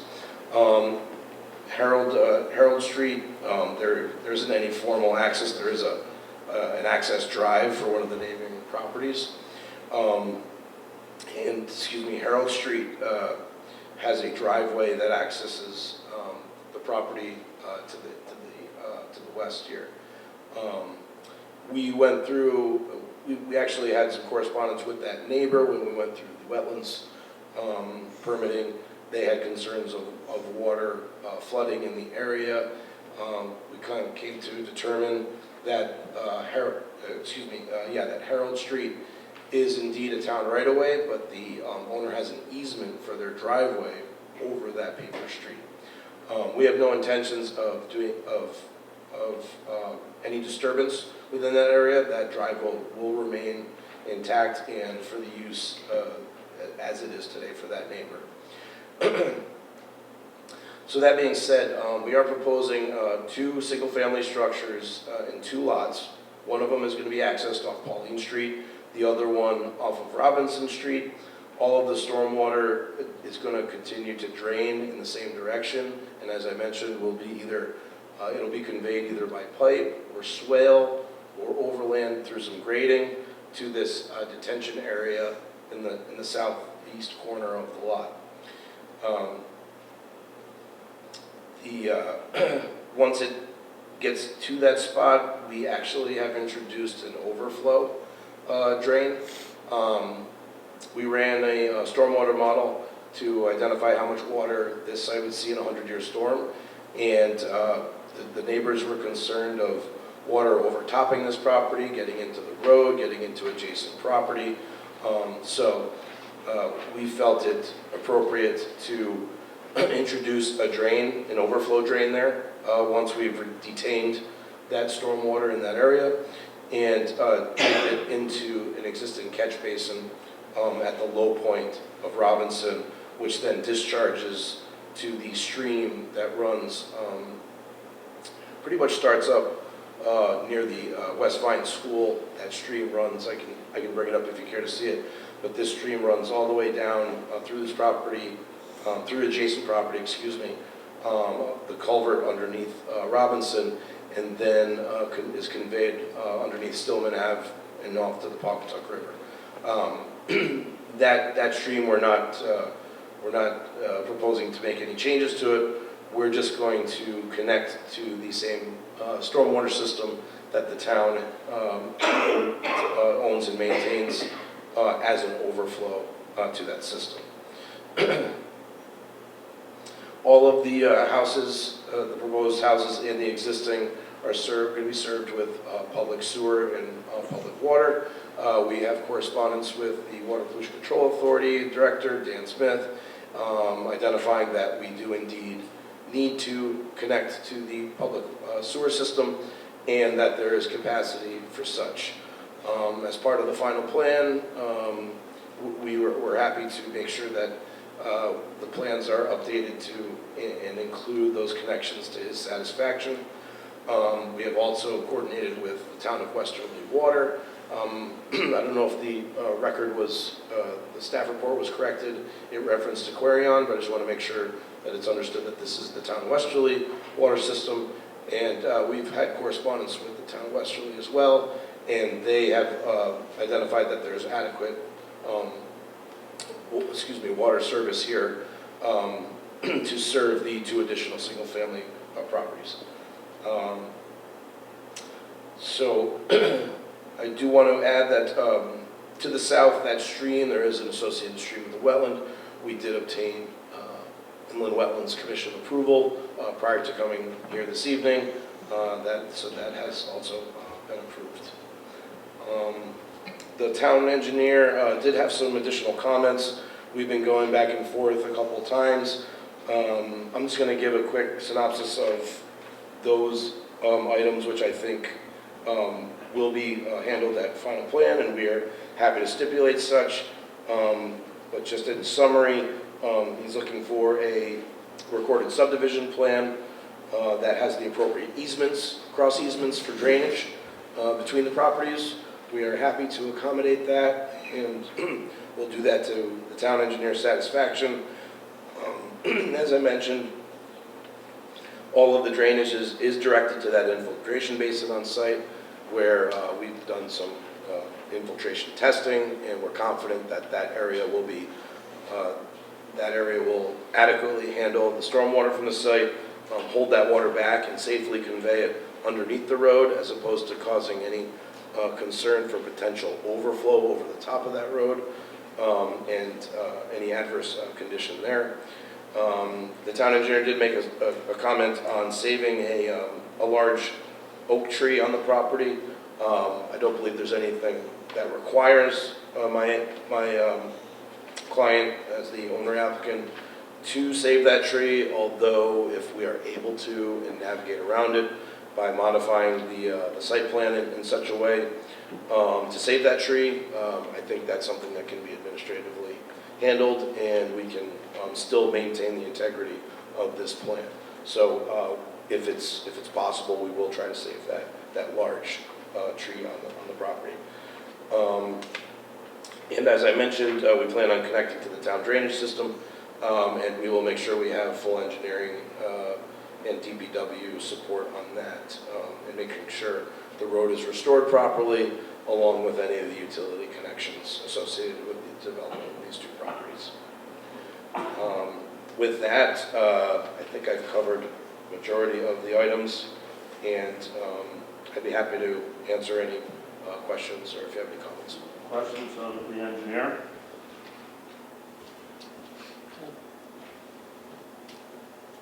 Hearing none. Candy, anything from staff, anything additional? No, sir. Is there anyone in the audience that would like to make a comment on this project, either for or against, or a general comment?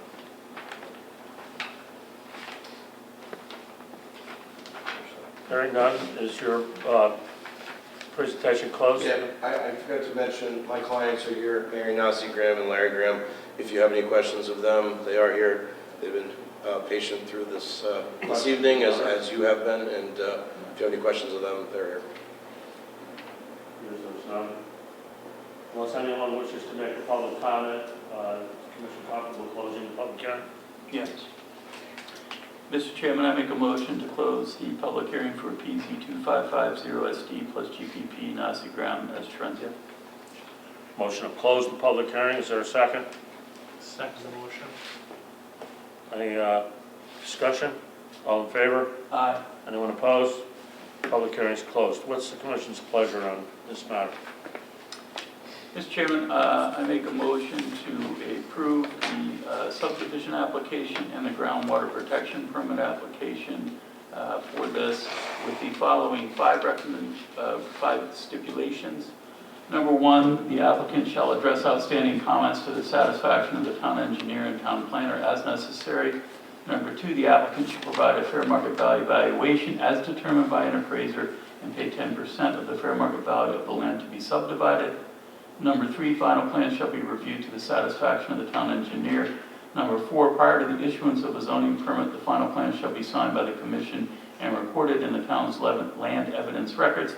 And number five, that the sewer connection that is to be made will be updated on the final plans. Motion to approve the subdivision and groundwater permit with stipulations by Ryan. Thank you, Ryan. Is there a second? Second. Thank you. Any discussion on the motion? Hearing none, all in favor? Aye. Anyone opposed? Chair abstains, motion passes. Thank you very much. Mr. Chairman, is there anything further we need to go over this evening? Next item is deferred until January 6th.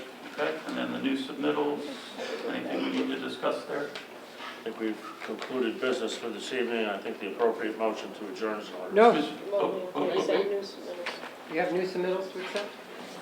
Okay, so in that acceptance, do we need to note that we're accepting the new submittals? Or Well, you can always, if you don't want to read When through did this them all. start? Yeah, that's Is that what you're trying to avoid? well, I'm not trying to avoid, sorry, I'm just No, trying no, to. is that way you would like to move things along? All Right. new submittals, items A, B, C. We never somebody have done this in the past, but Oh, that's really? We're happy to do it. If Yeah. you need. Okay, so do I make a motion move to accept the acceptance, right? All new Yeah. submittals, yeah. Yeah. So, Mr. Chairman, I make a motion to accept the following new submittals, can't speak. PZ 2552SD, M. Frank Poor, Killing Engineering, care of N. Faybolt, and PZ 2553, Cam Shore Design PLLC, K. Rocha. Are those the only two? Those are two more? Two more. Next page, yeah. Oh, my apologies. Third one, PZ 2554 SPA and GPP RCP Waterford, LLC Stonington Village Partners and CRT 1 J. Casey, and PZ 255 Cam Dean / Berman River Road, A. Hayward. Motion to move acceptance of 4 new submittals under item 11 by Ryan. Is there a second? Second motion. Seconded by Gary. Thank you. Any discussion? All in favor? Aye. Anyone opposed? The motion is approved. Mr. Chairman, I make a motion to adjourn this hearing. Motion to adjourn, no second required. All in favor? Aye. No one opposed? Motion passes. The meeting is adjourned.